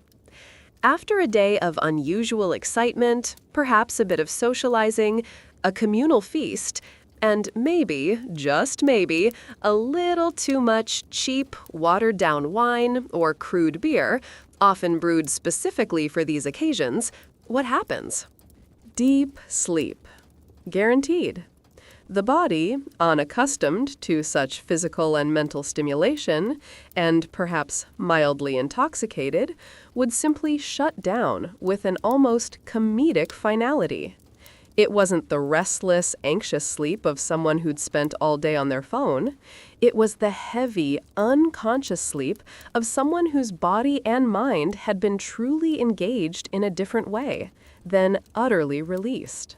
These festivals were not just about religious devotion. They were about rhythmic, necessary breaks from the soul-crushing routine. They provided a crucial pressure release valve, allowing for a concentrated burst of communal activity, and then, inevitably, a profound, restorative collapse into sleep. For the Roman peasant, these festivals weren't just calendar dates. They were vital, sleep-inducing punctuation marks in the long, hard sentence of their lives. And after all that rare excitement, sleep was not just a desire, it was an absolute, non-negotiable requirement. Now, let's delve into the fascinating, sometimes terrifying, mental architecture of the Roman peasant, their deep-seated belief in superstition and the supernatural. In our modern scientific age, we demand empirical evidence, logical explanations, and peer-reviewed studies. We dissect every phenomenon, striving for rational understanding, and when we can't find it, we often descend into anxiety, conspiracy theories, or just plain sleepless worry. But for the Roman peasant, their world was teeming with gods, spirits, omens, and curses. And this worldview, while often terrifying, provided a surprisingly comforting framework for their minds, particularly when it came to sleep. For them, there were gods in every bush, spirits in every stream, and a whole pantheon of deities and unseen forces governing every single aspect of life. From the success of the harvest, Ceres, Ops, to the health of their livestock, Pales, from the fertility of their wives, Juno, various local goddesses, to the outcome of a journey, Mercury, everything was under the purview of some supernatural entity. Bad things didn't just happen, they happened for a reason. A capricious god was displeased, an evil spirit had been roused, or a witch had cast a malevolent spell. This led to an elaborate system of rituals for control, offerings of grain or wine to the household lares, prayers to local deities before planting, charms worn for protection, incantations whispered to ward off sickness. These weren't just acts of faith, they were practical tools, an attempt to exert some form of influence over an otherwise unpredictable and often brutal world. While they might not have changed the ultimate outcome, they provided a sense of agency, a psychological balm. They had done something. They had tried to appease the unseen forces, to influence their fate. And having done that, they could, perhaps, rest a little easier. Here's the often overlooked comfort of narrative. When bad things happened, a drought, a sudden illness, a stillborn child, there was always a reason. It wasn't an existential void, a random, meaningless tragedy. It was a displeased deity, a malevolent spirit, a violation of a taboo. And while this reason might be terrifying, it was still a reason. It provided a narrative, a framework for understanding, however dark. This is profoundly different from modern existential dread, where we often struggle to find meaning in suffering, leading to a churning, anxious mind. For the peasant, the world, though dangerous, was coherent. There was a story for everything. Crucially, this was a world without science. No complex scientific theories to keep them up at night, pondering the vastness of the cosmos or the intricacies of quantum physics. No abstract, unanswerable questions about the nature of reality or the meaning of existence. Just simple, often terrifying, but ultimately understandable, within their framework, explanations for everything. The lack of scientific literacy, while limiting, also freed their minds from the burden of complex, often overwhelming intellectual inquiries. Their minds were focused on the concrete, the immediate, the tangible, and the spiritually explained. So, when the sun went down and the world plunged into darkness, the Roman peasant might have offered a quick prayer, perhaps touched a protective amulet, and then, having done their part to navigate the treacherous supernatural landscape, simply surrendered to sleep. Their understanding of the world, while steeped in fear and superstition, also provided a structured, comprehensible narrative that allowed their minds to eventually find rest. When the gods are in charge, and you've done your bit to appease them, you can finally close your eyes. It's a terrifyingly simple, yet deeply effective recipe for a quiet mind and a very deep sleep. All right, let's talk about the Roman state. You know, the colossal, sprawling, bureaucratic machine that ran the most powerful empire the world had ever seen. To the urban elite, it was the source of power, prestige, and endless political intrigue. To the average city dweller, it was the provider of public works, entertainment, and a modicum of order. But for our Roman peasant, tucked away in their rural corner, the Roman state was a distant, demanding entity. It wasn't something they interacted with daily, but when it did appear, it usually meant trouble. And yet, this particular form of state interaction, while burdensome, often contributed to a specific kind of sleep. Their primary interactions with the grand, glorious Roman Empire were almost exclusively extractive. We're talking about tax collectors and legionary recruiters. The tax collector was a recurring nightmare, arriving to demand a portion of their meager harvest, sometimes in kind, sometimes in coin, always with an air of official menace. This was not a pleasant encounter. It meant a significant chunk of their hard-earned labor vanishing into the vast, indifferent maw of the imperial bureaucracy. The legionary recruiter, on the other hand, was an even more terrifying specter. He came for their sons, drafting them into long, brutal years of military service, often never to return.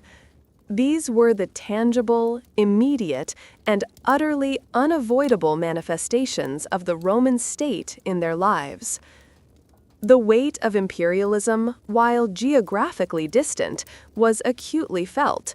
Wars were fought far away, in Gaul, in Britannia, on the Parthian frontier. These were not battles the peasant personally witnessed or cared about beyond their immediate implications. But those wars required resources. They needed grain to feed the legions, animals for transport, and most cruelly, men to fight. So while the peasant wasn't stressed about the tactics of the latest campaign, they were worried about their harvests being requisitioned or their sons being conscripted. It was a pressure, a looming shadow, rather than an immediate personal threat, for the most part. The Pax Romana, that legendary Roman peace that supposedly brought stability and prosperity across the empire, was a rather abstract concept for the peasant. Yes, it meant fewer direct attacks from tribal raiders, mostly, and a degree of internal stability, preventing widespread civil war in their immediate vicinity. But peace, for the peasant, often just meant the constant, grinding pressure of state demands, taxes, conscription, occasional forced labor on public projects. It was a stable kind of hardship, a predictable form of oppression. Here's the crucial psychological distinction. Their worry about the state was a collective burden, not an individual neurosis. Everyone in the village faced the same taxes, the same threat of conscription. It wasn't a personal failure or a unique anxiety. It was simply the way the world worked. This shared burden, this communal experience of being exploited by a distant power, could be strangely unifying. It wasn't the kind of individual, existential dread that keeps us awake at night, agonizing over our own unique problems. It was a simpler, more externalized form of worry. You cursed the state, you paid your taxes, you mourned your conscripted son, and then you went back to working your field. And when the day was done, your body, exhausted from that labor and having discharged its daily quota of externalized grievance, was ready for sleep. The worry was external, not internal, allowing the mind a certain distance. The empire was a pain in the neck, but not a ghost in the bedroom. All right, let's pivot from the distant, abstract menace of the Roman state to a far more visceral, immediate, and terrifying threat that often permeated the Roman peasants' nights: banditry. Forget your modern anxieties about online scams or identity theft. The Roman peasant faced genuine physical danger that could arrive unannounced with blunt force and horrifying consequences. This wasn't a conceptual threat. It was a very real, very present danger, and its specific, tangible nature actually, ironically, cleared the mind for sleep once the danger passed or was mitigated. There was no 911 in ancient Rome, no rapid response police force to come to your aid. Justice was local, swift, and often brutal. If bandits struck your isolated farm, your immediate recourse was your own strength, the support of your family, or perhaps a quickly gathered group of angry neighbors. There was no concept of a state-provided safety net or emergency services. You were, fundamentally, on your own or with your very small, very vulnerable community. The Roman peasant had very little, but what they had, their farm, their family, their meager stored harvest, was everything. And protecting that little was a constant, necessary vigilance. They didn't have alarm systems or security cameras. They had their ears, their instincts, and perhaps a wary dog. The threat of bandits wasn't something you read about in a newspaper. It was something you genuinely, viscerally feared. A looming presence that could turn your life upside down in a single terrifying night. It instilled a sense of hyper-awareness, a constant scanning of the horizon, a deep-seated suspicion of strangers. So, yes, the idea of sleep with one eye open was not entirely figurative. The genuine, tangible threat of a raid could be absolutely terrifying. Imagine waking to the sounds of yelling, the smell of smoke, the fear for your family's safety. This would, without a doubt, snap you awake faster than any modern alarm clock. But here's the key distinction.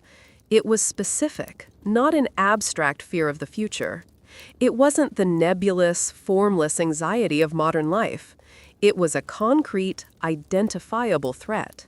And once that threat was addressed, either the bandits passed or were repelled, or, grimly, had taken what they wanted, the body and mind, having discharged a massive burst of adrenaline, would often collapse into a profound, exhausted sleep. The danger was over, for now. And the mind, having faced a clear present threat, found it easier to let go than one churning with endless, ill-defined worries. There was also the comfort, however tenuous, of community defense. Strength in numbers was a primal reality. If one farm was attacked, neighbors might rally to help. There was a shared understanding of this ubiquitous threat and a collective strategy for dealing with it. This meant that while the fear was intense, it wasn't an isolating, individual terror. You were part of a community that understood the danger and, when possible, would act to mitigate it. This shared vulnerability and shared response could be strangely reassuring. When you live with a constant, deadly threat, your brain adapts. It focuses on the immediate. And when the immediate danger has passed, or when the night is quiet and undisturbed, the sheer physical and mental exhaustion of that vigilance, combined with the day's labor, would pull you into a deep, protective slumber. The Roman peasant's sleep was not just rest. It was a nightly act of psychological recovery from a very real, very dangerous world. Let's talk about the land. For the Roman peasant, it wasn't just dirt. It was everything. Their life, their sustenance, their identity, their entire existence was tethered to that plot of soil. And while it was the source of life, it was also, paradoxically, the source of constant, overarching worry. But here's the twist. This worry, while pervasive, was tangible, concrete, and profoundly physical, making it a different beast entirely from our modern, abstract anxieties, and ultimately a strange pathway to sleep. The weather's whims were the ultimate arbiters of peasant survival. Droughts could wither an entire year's crops, condemning families to starvation. Floods could wash away fields, homes, and livestock in a terrifying deluge. Harsh winters could freeze over land, kill animals, and trap families in their hovels, slowly consuming their meager reserves. There was no insurance against natural disasters, no government aid, no sophisticated meteorological predictions beyond observing the sky. The peasant lived in a state of perpetual, respectful, and deeply anxious deference to the elements. Every cloud, every gust of wind, every shift in temperature was observed with an almost spiritual intensity. Then there were the pests and blight, the constant, insidious battles against insects that devoured crops, rodents that pillaged stored grain, and plant diseases that could spread like wildfire, turning a lush field into a withered wasteland overnight. This was a never-ending war, fought with rudimentary tools and desperate prayers. It required constant vigilance, physical effort, and a profound, intimate knowledge of the land and its many biological threats. You couldn't just call pest control, you were pest control, often armed with little more than a stick and a prayer.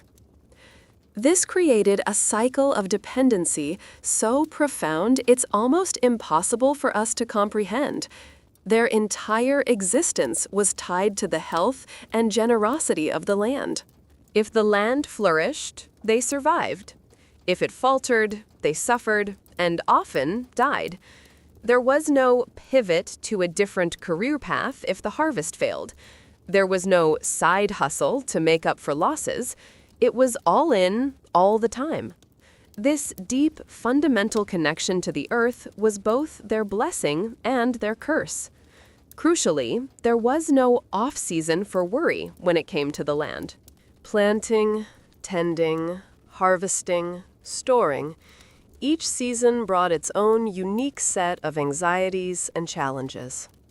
Even in winter, when the fields lay fallow, there was the worry about seed for spring, the stores holding out, the cold being too severe. The land was a perpetual concern, but it was a tangible one. It was something they could walk on, touch, smell, and observe with their own eyes. The threats were visible, understandable, and often actionable, even if only through desperate prayer or ritual. This stands in stark contrast to our modern, abstract anxieties about the global economy, climate change in its current complex scientific form, or societal collapse. These are vast, amorphous threats that feel utterly beyond our control, leading to a pervasive, unfixable sense of dread that keeps us awake. The peasant's worry, while immense and often terrifying, was concrete. You worried about this patch of soil, this specific crop, this approaching storm. And having spent all day physically toiling on that land, having observed its every mood swing, and having done everything humanly possible to mitigate the risks, the body and mind, having engaged with a tangible problem, would often simply shut down. The worry was real, but it was grounded. And a grounded worry, while exhausting, can paradoxically lead to a more solid sleep once the day's work and observation are done. The land demanded their waking hours, and then, in its own brutal way, allowed them their rest. Now, for a truly dark and sobering reality that underscored the Roman peasants' entire existence, shaping their lives, their decisions, and ultimately their sleep patterns, the specter of famine. This wasn't some abstract historical event they read about in books. It was a familiar, recurring foe, a constant, terrifying possibility that hovered over every planting season and every harvest. And while utterly devastating, it also provided a brutal physiological pathway to sleep. Famine was not an abstract concept for the Roman peasant. It was a regular occurrence, an unfortunate but almost inevitable part of their cyclical existence. A bad harvest, a prolonged drought, a sudden plague of pests, or even just political instability disrupting trade routes could easily tip a village from subsistence into starvation. There were no global food aid programs, no national grain reserves to cushion the blow. When the food ran out, people died. This was a stark, undeniable truth, a sword of Damocles hanging over every family. Consequently, life was a constant preparation for scarcity. Survival strategies were deeply ingrained, storing every last grain, rationing food with meticulous care, foraging for wild edibles when crops failed, learning to identify every edible plant and root in their environment. Every decision, from how much seed to save to how much food to consume, was made with the looming threat of future scarcity in mind. This meant a constant, low-level vigilance, a deep understanding of the precariousness of their existence. The line between life and death was thin, often determined by the generosity of the land and the kindness of fate. And here's where the grim irony kicks in for our sleep thesis: sleep born of desperation. When food was truly scarce, when famine gripped a village, the body has a remarkable, terrifying way of preserving energy. It shuts down. Profound lethargy, a deep, almost comatose sleep, becomes a physiological imperative. When you're starving, your body's primary directive is to conserve every last calorie. It slows down metabolism, it reduces brain activity, and it pushes you into extended periods of unconsciousness. It's not a restful, recuperative sleep in the positive sense. It's a desperate, energy-preserving shutdown. This isn't to say famine was a good thing for sleep, obviously. It was a horrifying, life-ending tragedy. But it highlights the extreme physiological responses their bodies were capable of. Even in less extreme situations, the constant struggle for sustenance, the sheer physical energy expended in acquiring and preparing food, meant that when a meal was finally consumed, even a meager one, the body would be utterly spent. The mind, having been consumed by the very basic primal need for food, would have little capacity for abstract anxieties. Once the immediate hunger was satiated and the body had exerted itself to find that food, sleep would come swiftly and deeply, a primal reset before the next day's struggle. The Roman peasant carried the shadow of famine throughout their lives. It was a knowledge, an understanding that made their struggles tangible and immediate. But this constant, brutal reality also stripped away the luxury of abstract, existential worry. Their anxieties were primal: food, water, shelter. And when those needs were met, even temporarily, the body, exhausted from the struggle, would often sink into the deepest sleep imaginable. It was a sleep born not of comfort, but of fundamental physiological necessity, a testament to the body's ultimate desire to survive and recover, even in the face of overwhelming adversity, a dark, efficient pathway to oblivion. Let's talk about a financial anxiety that would put our modern mortgage stress and credit card debt to shame. And yet, for the Roman peasant, it manifested in a way that, surprisingly, contributed to sleep: debt and indenture. In our complex financial world, debt is often an abstract, overwhelming cloud, a digital number that looms silently, causing sleepless nights filled with spreadsheets and budget worries. For the Roman peasant, debt was a literal, tangible chain, but one whose reality was so brutal and simple that it left little room for nuanced, neurotic rumination. Often, peasants had to borrow to survive. A bad harvest, a sick animal, an unexpected tax demand. Any of these could force a family to borrow against future harvests. They would take loans from wealthier landowners, local merchants, or even urban moneylenders, promising a portion of their next crop in return. This created cycles of debt that were incredibly difficult to escape. Once you were in, you were often in for good, trapped in a perpetual state of obligation. The looming threat of land loss was constant. Failure to pay back a loan could mean losing their farm, the very foundation of their existence. Without land, a peasant became truly destitute, forced to migrate to the cities, where prospects were often worse, or even to sell themselves or their children into debt bondage, a form of temporary slavery. This was not an abstract fear of bankruptcy. It was the terrifying, immediate prospect of losing everything and becoming utterly landless, utterly vulnerable. But here's the crucial difference. This was a concrete worry, brutal in its simplicity and directness. Unlike modern abstract financial anxieties, stock market fluctuations, investment risks, complex retirement planning, identity theft, the baffling intricacies of derivatives, peasant debt was straightforward. You owed X amount of grain or Y amount of silver. You either paid it or you faced the very real, very physical consequences. There were no confusing terms and conditions, no hidden fees, no complex algorithms. It was a simple, stark equation of survival.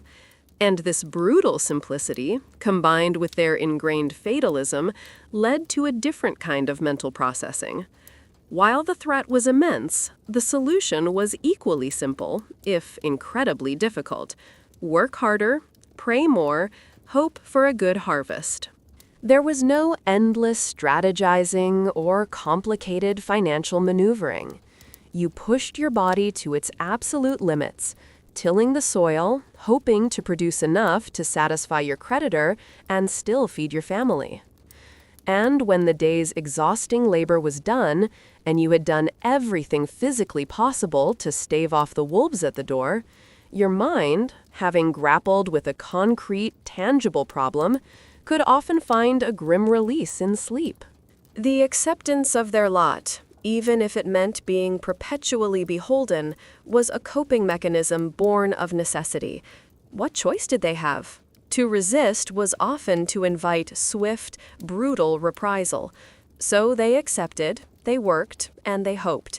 And in that acceptance, that focusing on the immediate, tangible action required, labor, their minds were spared the endless, churning rumination that plagues our modern, complex financial anxieties.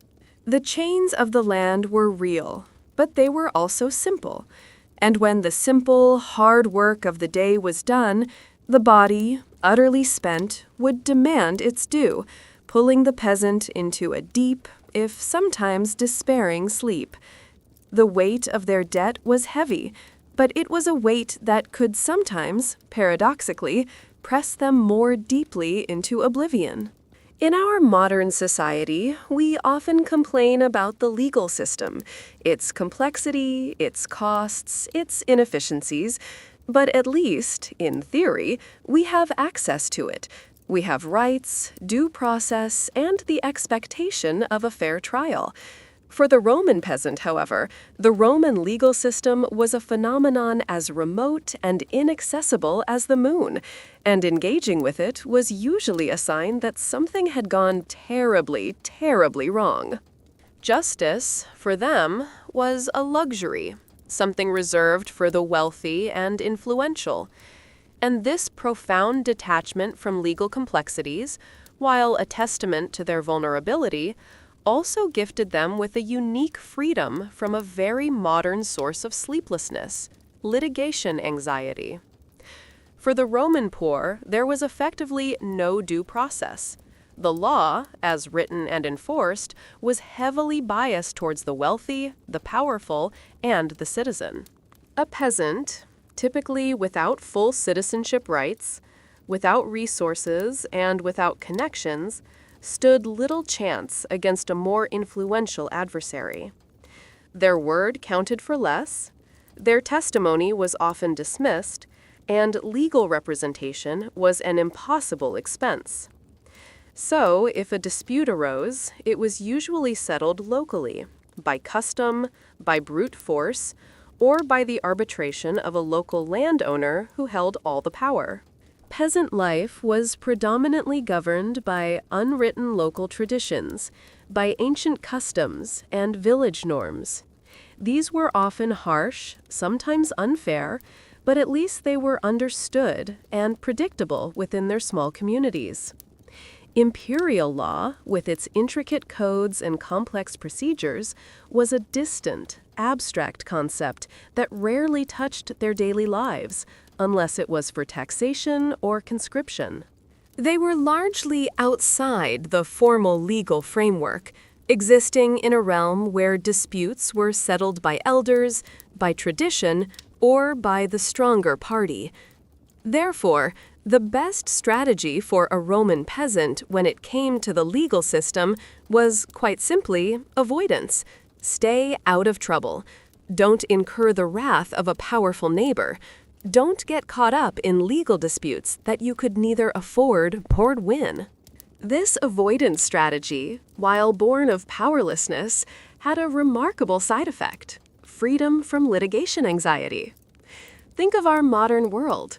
We worry about lawsuits, identity theft, property disputes, copyright infringements, divorce proceedings, traffic violations, intellectual property rights, bureaucratic nightmares, and the ever-present threat of being sued for just about anything. Our legal system, for all its protections, is also a constant source of stress, uncertainty, and sleepless nights. We spend countless hours agonizing over legal documents, lawyer fees, and the potential outcomes of complex legal battles. The Roman peasant had none of this. Their problems were simpler, more visceral, if physically more threatening. A bandit attack, a failed harvest, a sick animal. These were immediate, tangible threats that required immediate, tangible responses, or fatalistic acceptance. They weren't kept awake by the fear of a summons, a court date, or a drawn-out legal battle that could drain their life savings. Their legal problems were typically resolved with a quick, brutal finality, or simply avoided through non-engagement. This absence of legal complexity and its associated anxieties was a genuine, albeit unintentional, gift for sleep. Their minds were not churning with legal jargon, potential loopholes, or the stress of court appearances.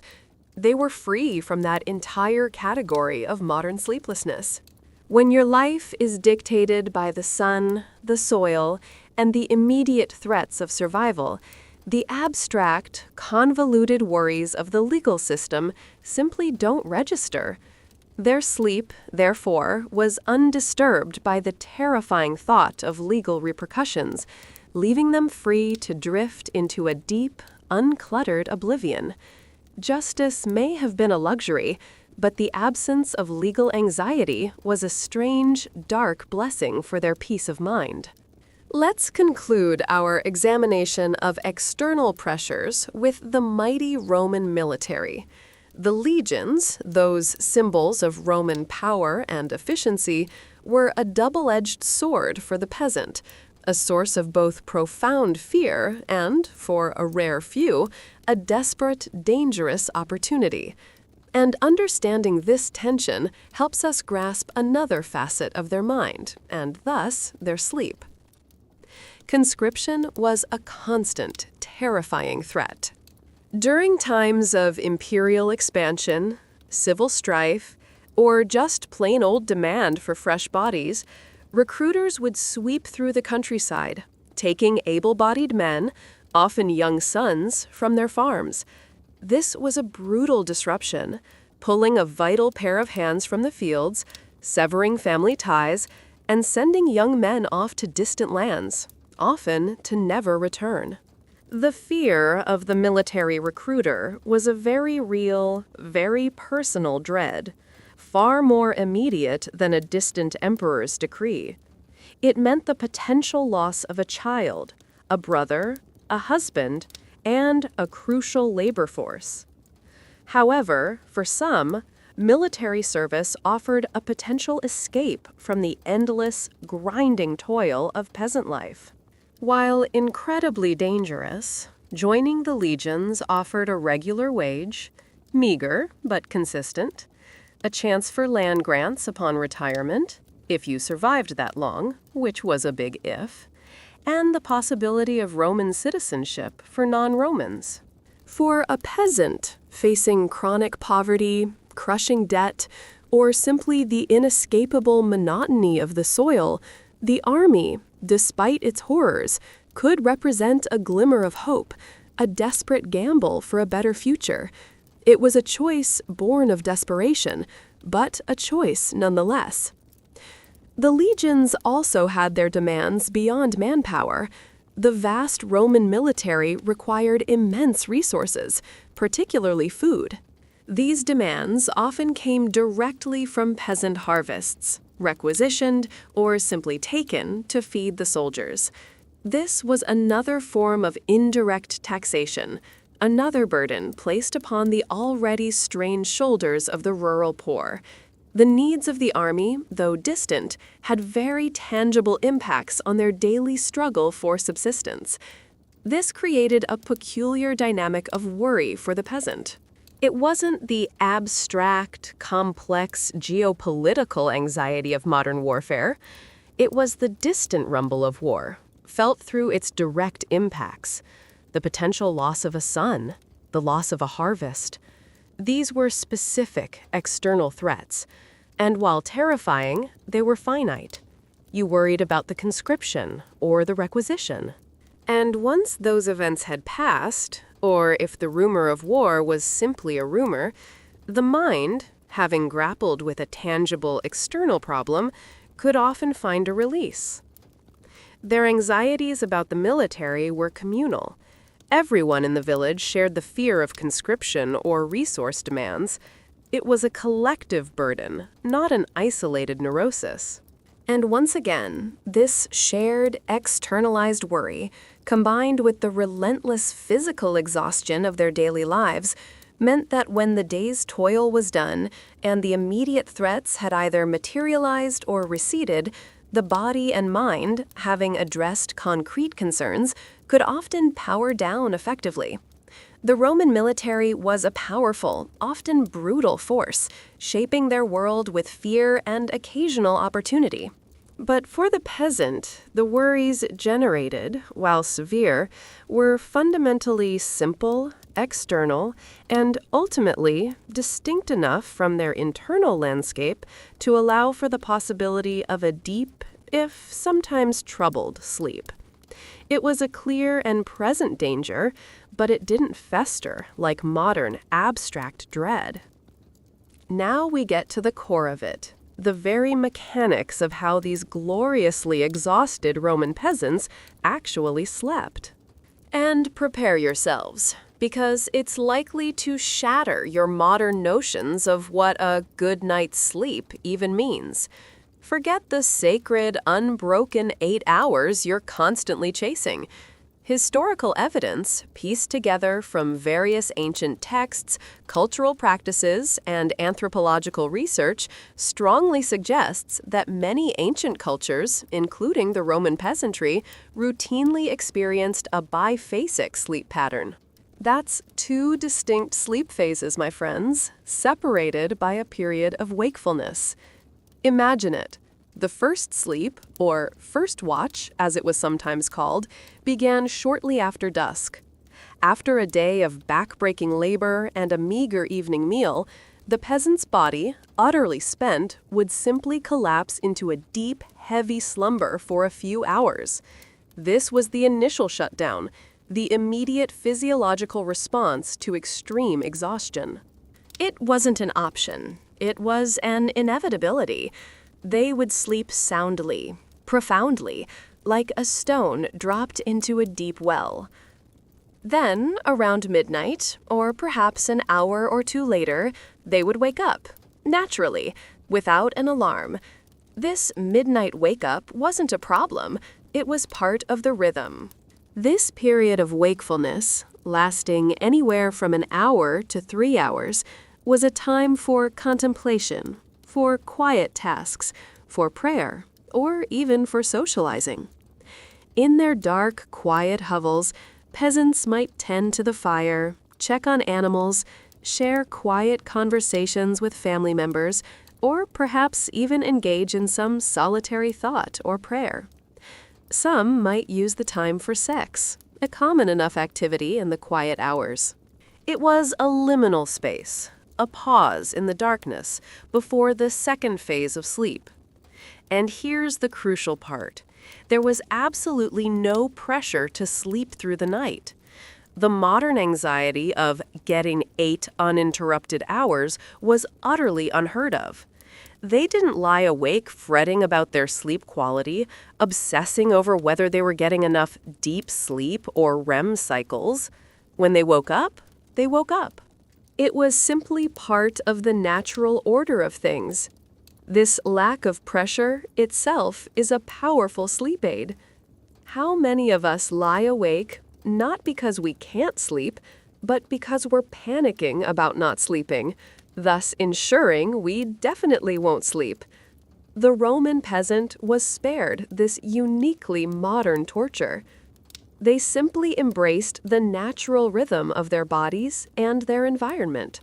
The day was for work, the early night for initial rest, the midnight hours for quiet reflection or activity, and the later night for a second, often equally deep sleep. Their bodies, untainted by artificial light and modern schedules, dictated their sleep, not arbitrary social constructs or wellness industry diktats. It was a physiological dance with the sun and the moon, a dance that had been performed by humanity for millennia. So, while we might find the idea of waking up in the middle of the night to tend a fire rather jarring, For the Roman peasant, it was simply part of the flow. And in that flow, in that natural, unforced rhythm, they found a profound, undeniable rest. The biphasic sleep pattern wasn't a sign of insomnia. It was a testament to a body and mind deeply attuned to the natural world, unburdened by the very concept of perfect sleep. It was the original, highly effective sleep hack, perfected through necessity and completely free of charge. You can't put a price on that, or a smart mattress for that matter. Let's venture into the peasant's bedroom, if you can even call it that. Forget your Tempur-Pedic, your Egyptian cotton sheets, your carefully chosen interior decor designed for optimal relaxation. Roman peasant sleeping arrangements were, like everything else in their lives, simple, communal, and incredibly pragmatic. And paradoxically, these seemingly uncomfortable conditions often facilitated deep, restorative sleep. Their mattresses were typically straw, sometimes packed into rough sacks, or laid directly on the earthen floor. Straw provides a modicum of insulation and cushioning, but it's hardly luxurious. Above that, they might have rough wool blankets, woven by hand, or animal skins, sheepskins, goatskins, perhaps a deer hide, if they were particularly fortunate. These were basic, often uncomfortable by modern standards, scratchy, probably flea-ridden, and certainly not hypoallergenic. But they were functional. They offered warmth, protection from the cold, and a defined space for rest. Comfort was measured not by softness, but by sheer survival. As we discussed earlier, shared warmth was a critical element, especially in colder months. Families huddled together. The cold, damp environment of a peasant hut meant that body heat was a valuable commodity. Sleeping in close proximity to family members wasn't just about emotional connection, it was a fundamental survival strategy. The combined body heat of several individuals could make a significant difference in staying warm through a freezing night. This physical closeness, while lacking in privacy, provided a primal sense of security and warmth, gently encouraging the body to relax and conserve energy. The hearth, even if just a simple fire pit in the center of the room, often served as a centerpiece, not just for cooking, but for residual warmth throughout the night. Even after the flames had died down, the embers and the warmed earth or stones around the hearth would radiate a subtle, comforting heat. Families might position themselves strategically to capture this warmth, turning a utilitarian feature into an unwitting sleep aid. The gentle glow of dying embers and the lingering warmth would have been incredibly soothing, a natural nightlight and a source of gentle heat in the profound darkness. Their bedrooms were minimalist to an extreme degree. No clutter, no excessive stimuli, no overflowing laundry baskets, no piles of books waiting to be read, no blinking lights from charging devices. Just a space for rest, stripped of all extraneous distractions. The walls were often bare, perhaps mud and straw, occasionally whitewashed. The floor often packed earth. The air likely smelling of wood smoke, damp earth, and human bodies. This extreme minimalism meant there was nothing for the eye to dart to, nothing to engage the overactive mind, nothing to pull one out of the growing embrace of sleep. So, while the Roman peasant's bed might not win any awards for comfort or design, its very simplicity, its communal nature, and its strategic placement within the rudimentary home, combined with extreme physical exhaustion, created a powerful environment for sleep. It was a space designed by necessity, not by choice, and in that necessity, it inadvertently perfected the art of deeply functional rest. You might not want to trade your memory foam for their straw, but their bodies, at least, were getting the job done. Picture your modern bedtime routine. It's often an elaborate ritual, isn't it? A warm shower, brushing your teeth with an electric toothbrush, flossing, perhaps a multi-step skincare regimen, slipping into soft pajamas, reading a chapter of a book, dimming the lights, maybe some meditation or journaling. We meticulously craft these routines to wind down and signal to our bodies that it's time for sleep. For the Roman peasant, this entire concept would have been utterly baffling, if not hilariously impractical. They had no bedtime routines as we know them. Life was far too rudimentary for such elaborate evening preparations. No PJs, no toothbrushing rituals. Life was too hard, too immediate, too focused on survival for these niceties. You probably slept in the clothes you worked in, or perhaps stripped down to a simple tunic if the weather allowed. There was no concept of comfy sleepwear. Your body was tired, your clothes were dirty, and you simply collapsed. Dental hygiene was rudimentary at best, and certainly not a pre-sleep ritual involving minty toothpaste and flossing. These were luxuries unimaginable to their daily grind. Their daily schedule was dictated by necessity, not by personal comfort or modern hygiene standards. Often, the day ended with collapsing into bed rather than a gentle, intentional wind-down. There wasn't an hour of quiet reflection or light reading. The moment the sun set and the last chores were done, feeding animals, banking the fire, preparing for the next day's immediate needs, the body, having pushed itself to its absolute limit, would simply give up. Sleep was not something you eased into, it was something that forcefully claimed you. The transition from active work to unconsciousness was likely swift and decisive, a grateful surrender rather than a careful cultivation. The body's natural signal was paramount. When you are utterly, completely exhausted from hours of relentless physical labor, your muscles screaming, your mind quieted by fatigue, your body simply takes over. It doesn't need external cues or elaborate rituals. It needs to sleep, and it will ensure that happens. The peasant's day was a masterclass in exhausting the body so thoroughly that it had no choice but to enter a state of deep, restorative unconsciousness.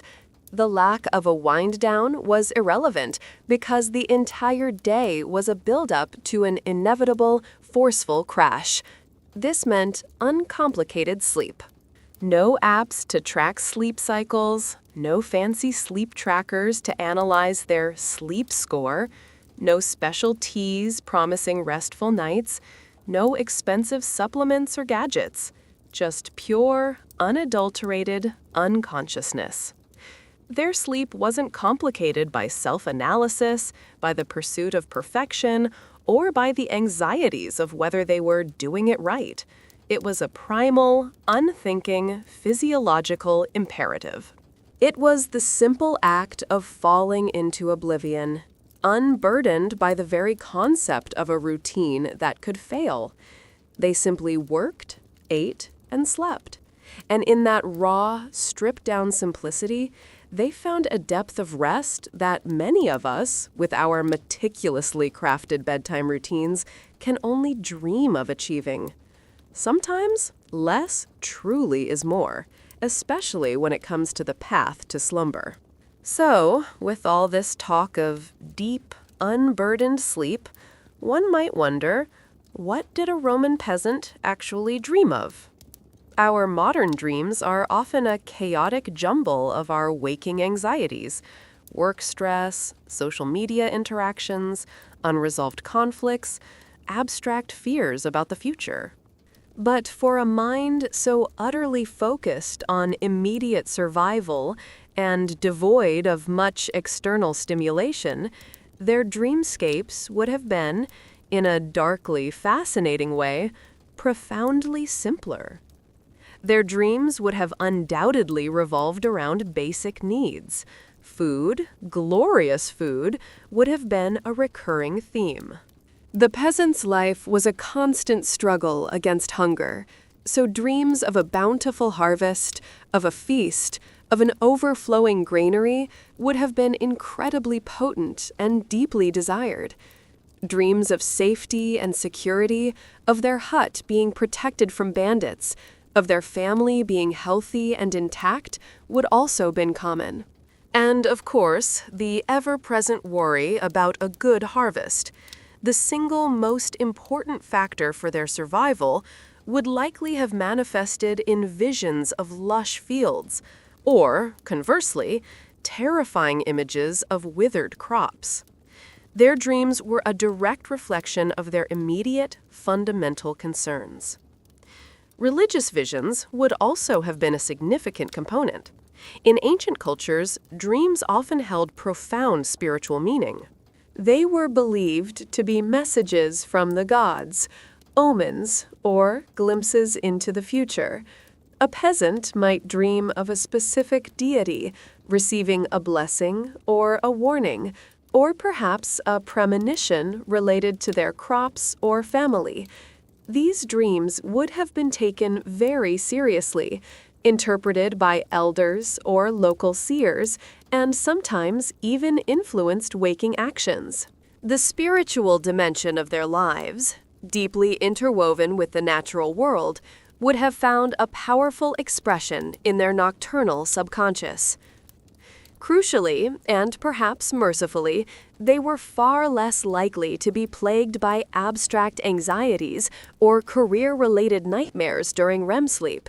No dreaming about being late for a meeting, failing a presentation, or realizing you forgot to send an important email. No nightmares about their social media posts going viral for the wrong reasons. Their world was too concrete, their concerns too tangible. The kind of existential crises that plague our modern, overthinking minds were a luxury they could not afford, and thus did not carry into their sleep. Their subconscious, like their waking minds, was focused on the primal. The simplicity of the subconscious was a profound gift. A mind free from the overwhelming data input of modern life, from the endless stream of news, entertainment, and social interactions, would have a far less cluttered dream state. Their dreams might have been repetitive, focused on the few powerful themes that dominated their waking hours. They might have been vivid, but likely grounded in the physical realities of their environment. They would not have been the chaotic, overwhelming, anxiety-ridden nightmares that plague so many of us today. So, while we might find their waking lives bleak, their sleeping lives, in a strange way, offered a profound simplicity, even in their dreams. Their subconscious was a canvas painted with the vivid, elemental colors of survival, faith, and the natural world, rather than the frenetic, fragmented images of modern information overload. Their dreams, like their sleep, were perhaps not happy in our sense, but they were certainly direct, uncomplicated, and deeply rooted in the raw reality of their existence, allowing for a profound, if sometimes stark, form of psychological processing. Chapter 29. The siesta culture. Embracing midday rest. Let's discuss another glorious, often overlooked aspect of Roman peasant sleep culture, the siesta.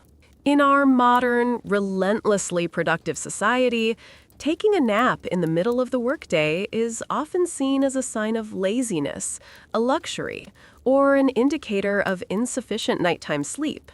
We power through, fueled by caffeine and sheer willpower, trying to maximize every waking moment. For the Roman peasant, however, the midday rest wasn't a luxury, it was a necessity, a deeply ingrained cultural practice, and a brilliant contribution to their overall sleep health. Working under the relentless Mediterranean sun demanded a break. Imagine toiling in the fields during the hottest parts of the day, when the sun beats down with an almost oppressive intensity. To continue working at peak efficiency would be not just difficult, but potentially dangerous, leading to heat stroke and exhaustion. So the natural, pragmatic response was to simply pause. Life slowed down. The midday sun became a natural, non-negotiable pause button on all strenuous activity. This wasn't a choice, it was an environmental imperative. This culture implicitly understood productivity through rest. They weren't slaves to the idea of continuous, unbroken labor. They acknowledged that rest was absolutely essential for continued, effective labor. A well-rested worker, even if it meant pausing for a few hours in the middle of the day, would ultimately be more productive than an overheated, exhausted one. The siesta was not a sign of laziness. It was a strategic investment in their physical capacity, a natural rhythm of work and recuperation integrated into the very fabric of their day. It was a natural pause. The fields would empty, tools would be laid aside, and families would retreat to the relative shade of their homes or a convenient tree. This allowed for a deep, restorative nap, often lasting an hour or two during the time when the body most needed it.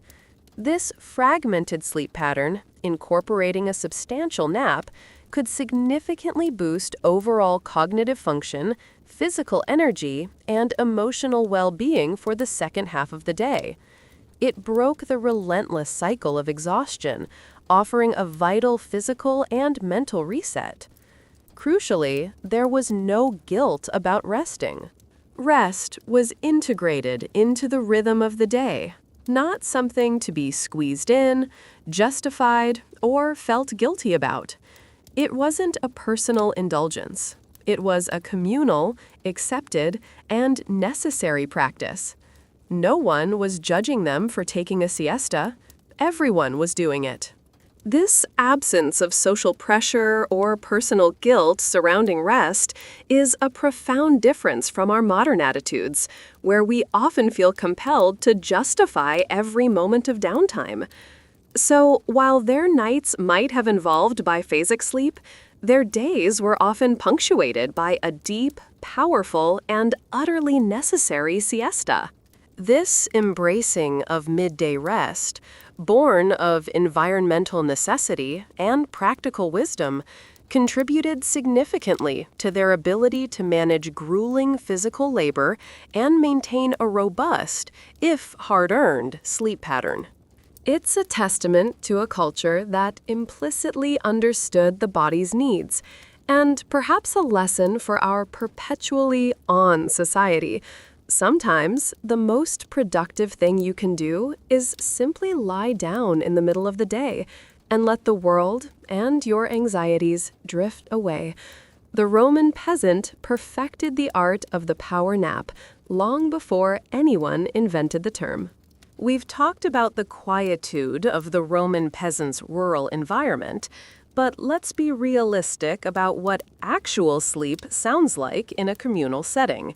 Forget your perfectly silent, soundproofed bedroom, your earplugs, your white noise machines. The Roman peasant's slumber was a symphony of human and animal sounds, a rich, organic soundscape that they simply adapted to. And this adaptation, this lack of active noise suppression, reveals another layer of their profound connection to a natural, undisturbed sleep. Communal sleep sounds were the norm. In a small, shared living space, there was no expectation of absolute silence. The gentle, or not so gentle, sounds of a family sleeping together, the rhythmic breathing, the rustle of straw, the occasional cough or sigh, and yes, the inevitable chorus of snores, were all part of the ambient noise. This wasn't a disruption.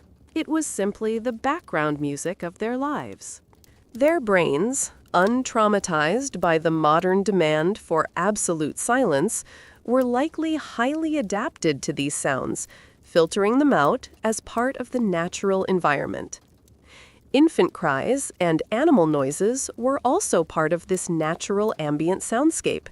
Babies, then as now, woke up and cried.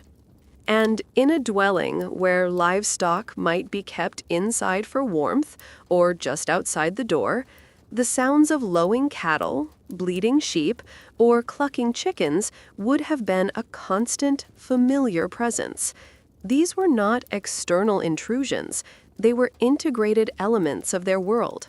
Their ears and their brains were simply accustomed to them. This meant that minor disturbances, which might jolt a modern, sensitive sleeper wide awake, were likely processed differently by the peasant's deeply exhausted, profoundly habituated mind.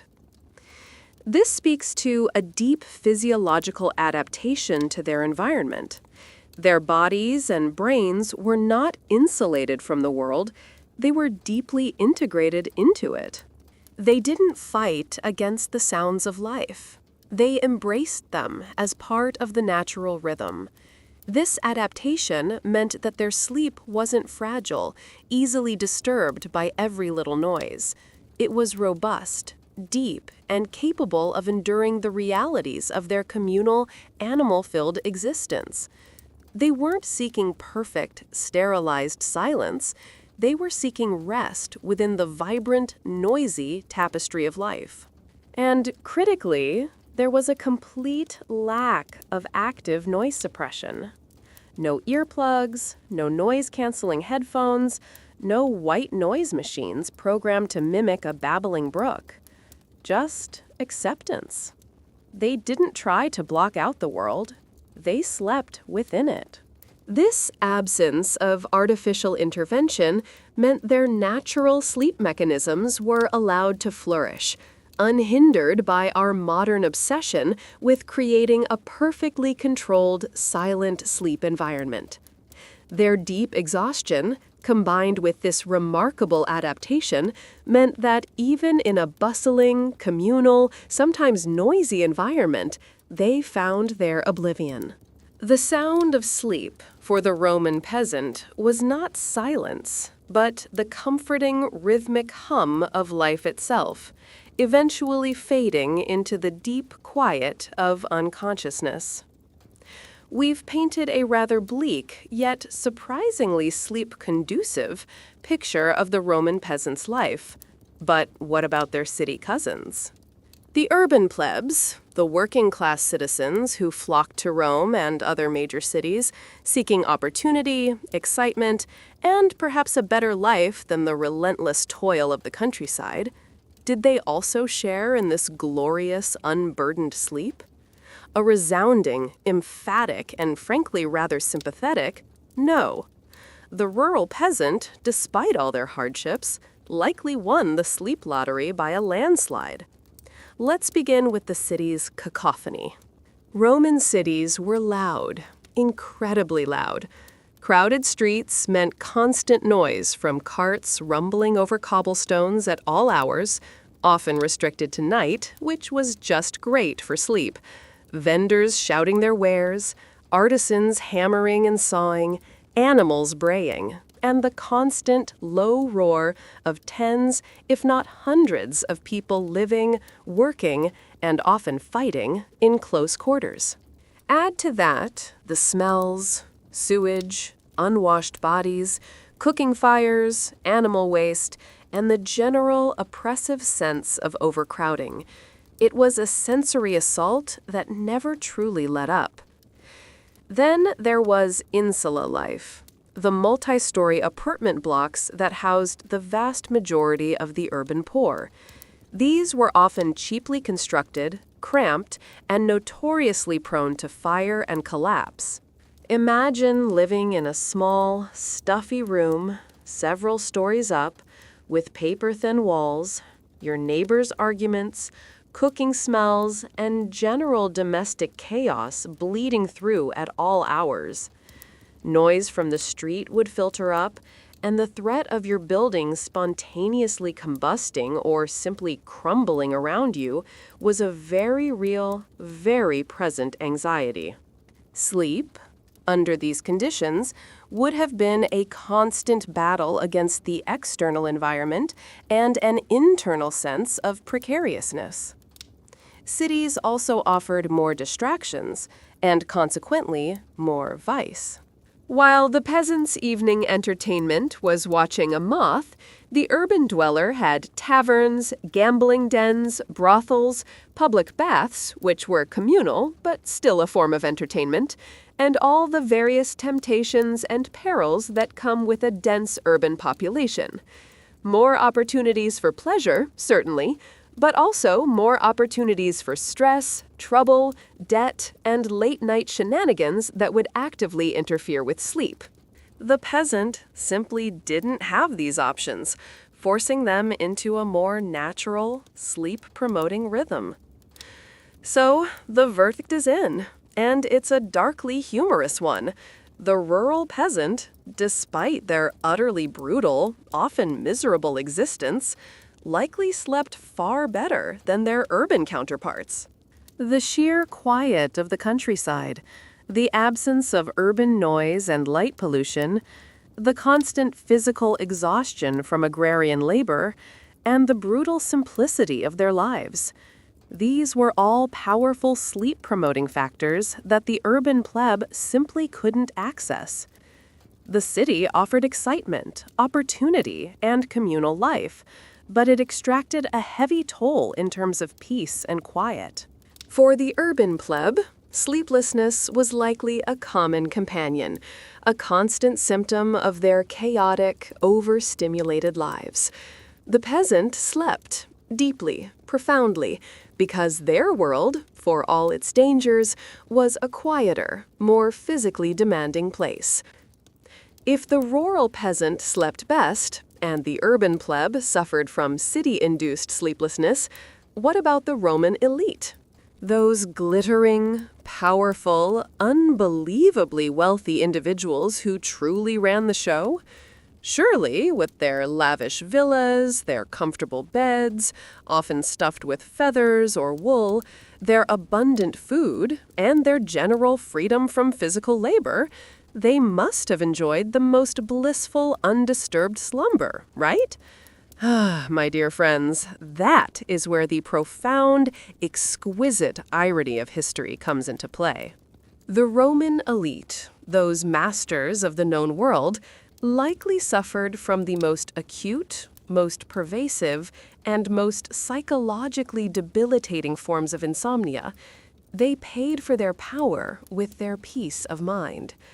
Consider political intrigue and the constant threat of assassination.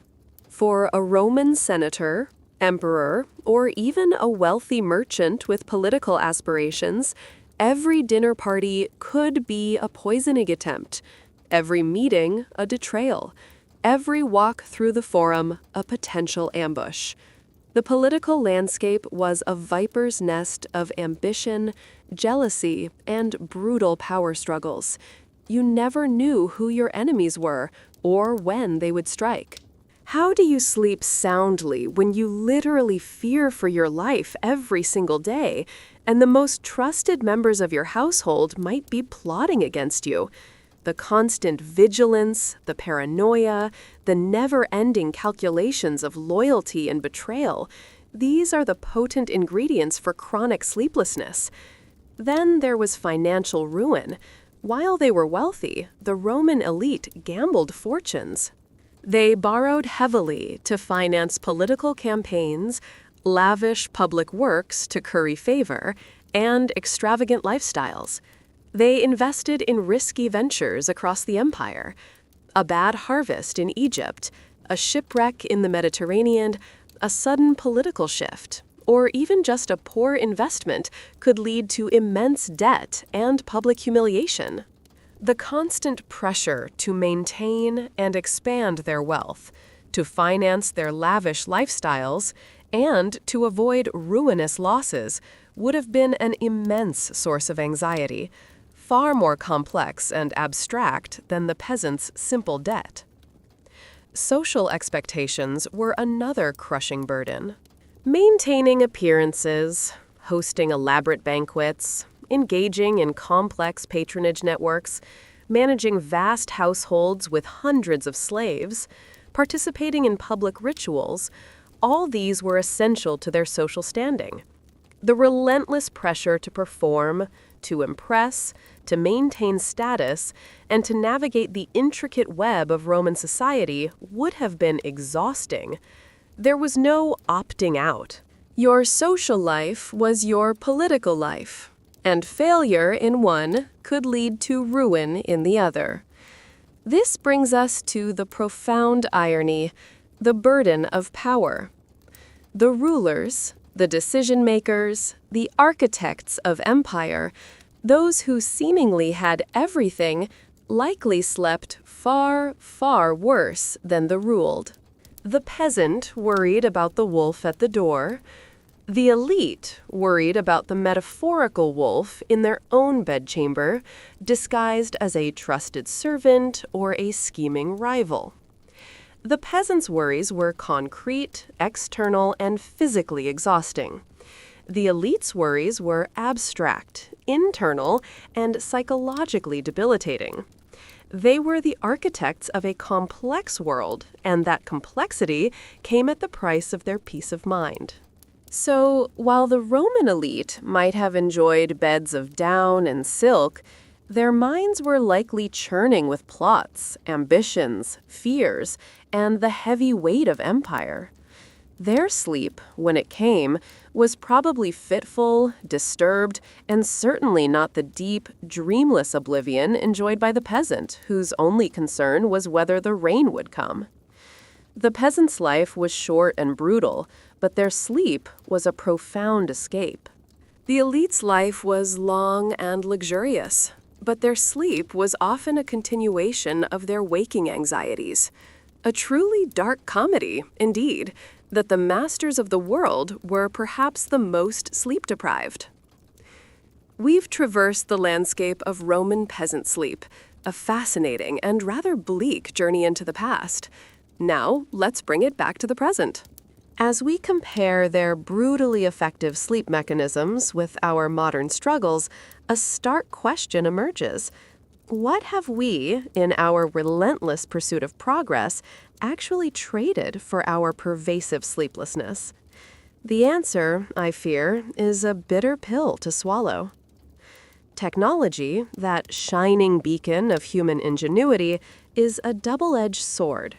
It offers unparalleled convenience, allowing us to connect, learn, and create in ways unimaginable to our ancestors.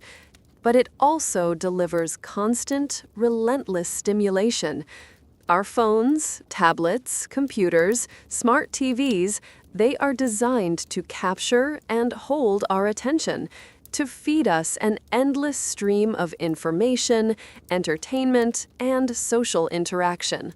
This constant digital bombardment, especially the blue light emitted from screens, actively disrupts our melatonin production, keeping our brains in a perpetual state of on. We can't disconnect, not truly, because the world is literally in our pockets, pinging and buzzing, demanding our attention, long after the sun has set. The convenience of being always connected has come at the cost of being truly disconnected, even for sleep. Then there's the illusion of control. Modern life promises us control. Control over our schedules, our environment, our health, our finances, our futures. We are told we can be anything, achieve anything, if only we work hard enough, optimize enough, plan enough. But this promise often delivers overwhelming anxiety. The sheer number of choices, the complexity of modern systems, the constant need to manage and monitor everything, it creates a cognitive load that never truly lightens. The Roman peasant accepted their lack of control and found a grim peace in fatalism.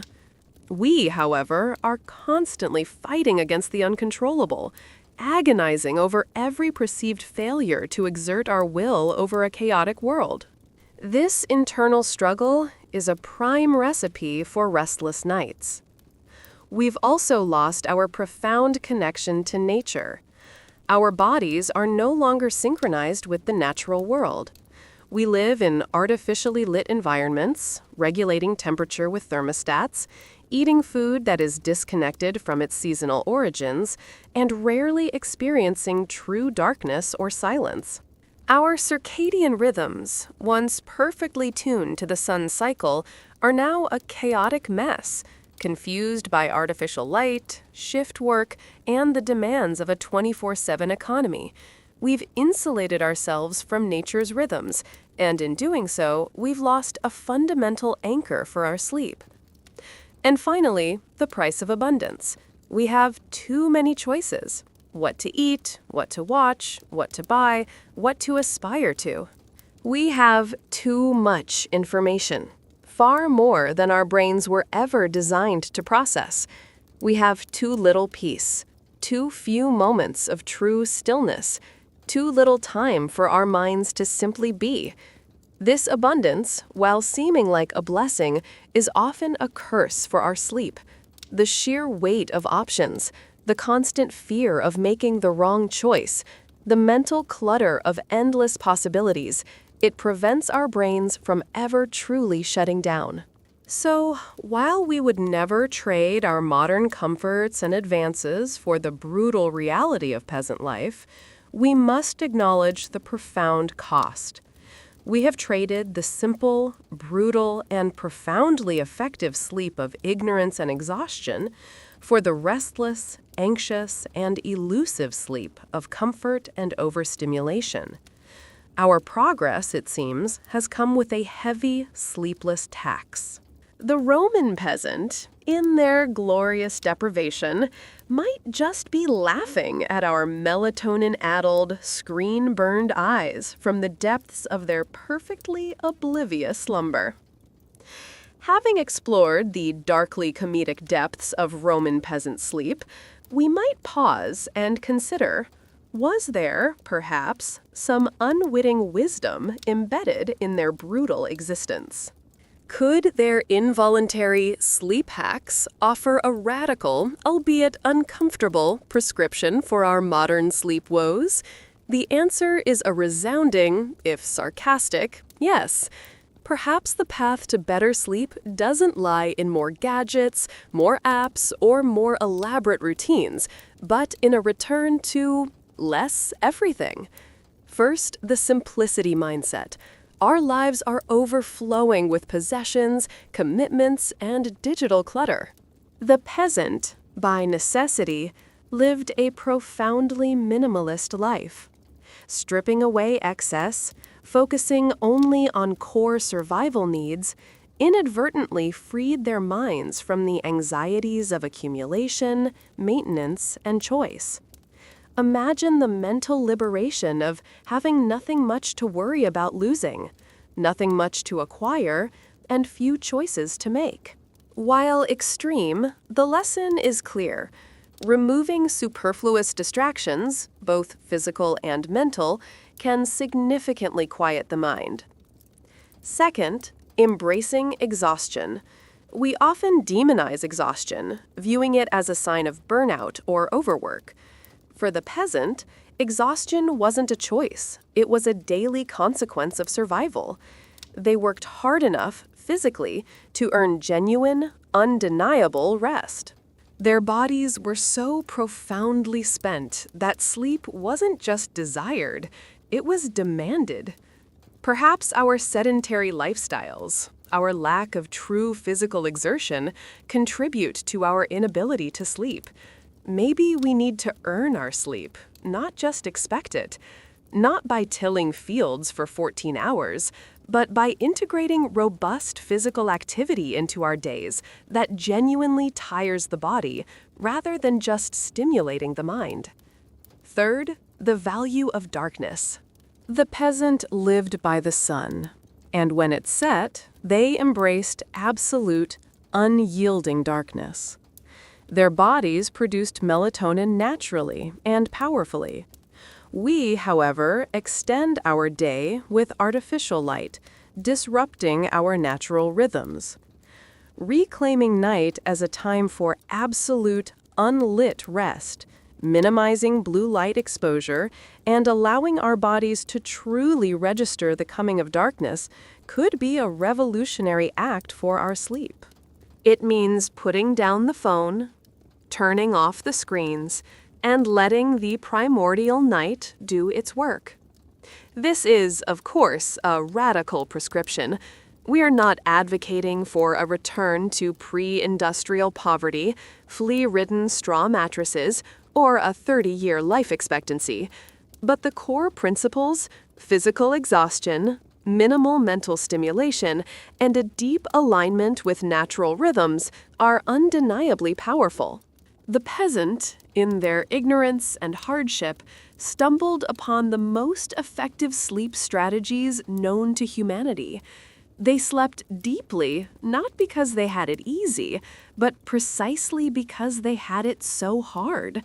Their unwitting wisdom lies in demonstrating the sheer power of stripping away the artificialities and complexities that actively fight against our body's natural desire for oblivion. Perhaps we could learn to be a little less modern, just before bedtime. And now for the pièce de résistance, the darkly comedic core of our entire thesis. There's a delicious, almost perverse irony in claiming that Roman peasants had the best sleep in history. Their lives were, by any modern measure, brutal, short, and often utterly miserable. They faced hunger, disease, poverty, and relentless physical toil. Yet their bodies performed the most basic, fundamental human function, sleep, with an efficiency and depth that we, with all our comfort and convenience, can only envy. This is the dark humor of their best sleep. Survival was the ultimate motivator, the driving force behind everything they did and everything they didn't do. When every day is a fight for existence, when every calorie is earned, every moment of rest is not just a luxury, it's the ultimate reward, the sweet, necessary release from the relentless grind. Sleep became their nightly escape, a temporary death that recharged them for another day of battle. It wasn't about wellness or self-care, it was about physiological necessity, a forced reboot of the system. And when you're fighting for survival, your body prioritizes recovery with an almost brutal efficiency. This is our sarcastic ode to unburdened sleep, a deep, dreamless slumber, born not of luxury or serenity, but of pure, unadulterated exhaustion. A sleep untroubled by the endless churn of modern existential dread, by financial anxieties, by social media comparisons, by the relentless pressure to be more. Their minds, blessedly ignorant of the larger world's complexities, and physically drained from sun-up to sundown, had no choice but to surrender to unconsciousness. It was a sleep free from the mental clutter, the emotional baggage, and the physiological disruptions that plague our modern nights. A sleep of absolute, thoughtless oblivion. But let this be a cautionary tale. While we might envy the depth of their sleep, we absolutely should not envy the life that caused it. We are not advocating for a return to agrarian poverty or a shorter life expectancy. The humor lies in the stark contrast that in their profound deprivation, they achieved a basic human function better than we do in our abundance. It's a reminder that sometimes the things we strive for, comfort, convenience, infinite choice, constant connection, can inadvertently undermine our most fundamental needs. So the best sleep of the Roman peasant is a joke, a tragedy, and a profound insight all rolled into one. It's a testament to the human body's capacity for adaptation, even in the harshest conditions. It's a darkly funny observation on the trade-offs of progress. And it's a mirror held up to our own sleepless society, showing us that sometimes the most profound peace can be found not in chasing more, but in having and wanting much, much less. Their sleep was a brutal, beautiful triumph of physiology over privilege, and for that, we can only chuckle, perhaps with a tear in our perpetually tired eye. So there you have it, fellow insomniacs and sleep-deprived voyeurs of ancient history. We've journeyed through the mud and straw hovels, the sun-baked fields, and the profoundly quiet minds of the Roman peasant. And after all this, the thesis stands, perhaps even more firmly, draped in its dark, sardonic glory. Yes, Roman peasants truly had the best sleep in history. Not because their lives were easy, but precisely because they were brutally, fundamentally, uncompromisingly hard. They had nothing to lose, everything to escape, and bodies so utterly spent that unconsciousness was their nightly salvation. Their sleep was a masterclass in involuntary efficiency, a product of absolute physical exhaustion, a diet of simple carbohydrates, a profound lack of stimulating information, and a deep, unavoidable synchronization with the natural rhythms of light and dark. Their minds, unburdened by ambition or abstract anxieties, their bodies pushed to their limits, had no choice but to surrender. Their sleep wasn't a choice. It was a glorious daily oblivion, a deep, dreamless plunge into unconsciousness that reset them for another day of unrelenting toil. So, next time you're tossing and turning, caught in the relentless churn of modern anxiety, your phone glowing menacingly beside you, just imagine. Imagine you've spent 14 hours tilling a field with a wooden plow under the Mediterranean sun, your muscles screaming, your stomach rumbling with a bland barley porridge, your biggest concern a blight on the wheat. Imagine your evening entertainment is watching a single, sad moth circle a dwindling oil lamp. Now, maybe then, just maybe, you'll finally drift off. Or, at least, you'll have a new, historically informed reason to be annoyed that you're still awake. The enduring lesson, if there is one beyond the dark humor, is this. Perhaps the path to better sleep lies not in more gadgets, more apps, more complicated routines, or more expensive comfort items. Perhaps it lies in less everything. Less stimulation, less information, less ambition, less choice, less artificial light, less noise, and frankly, a whole lot more genuine physical exhaustion. It's a tough sell in our hypermodern world, but the proof, as they say, is in the profoundly oblivious pudding of the Roman peasant's slumber. Good night, sleep tight, and whatever you do, don't let the Roman bandits bite, or the Roman tax collectors. They're both equally likely to disrupt your precious unconscious hours. Now, if you've managed to stay awake through this entire historical deep dive into the art of ancient slumber, consider yourself remarkably resilient. Or perhaps you're just deeply, deeply sleep-deprived. Either way, if you found this darkly amusing and vaguely informative, consider subscribing. Or don't. History, much like the Roman peasant, ultimately doesn't care.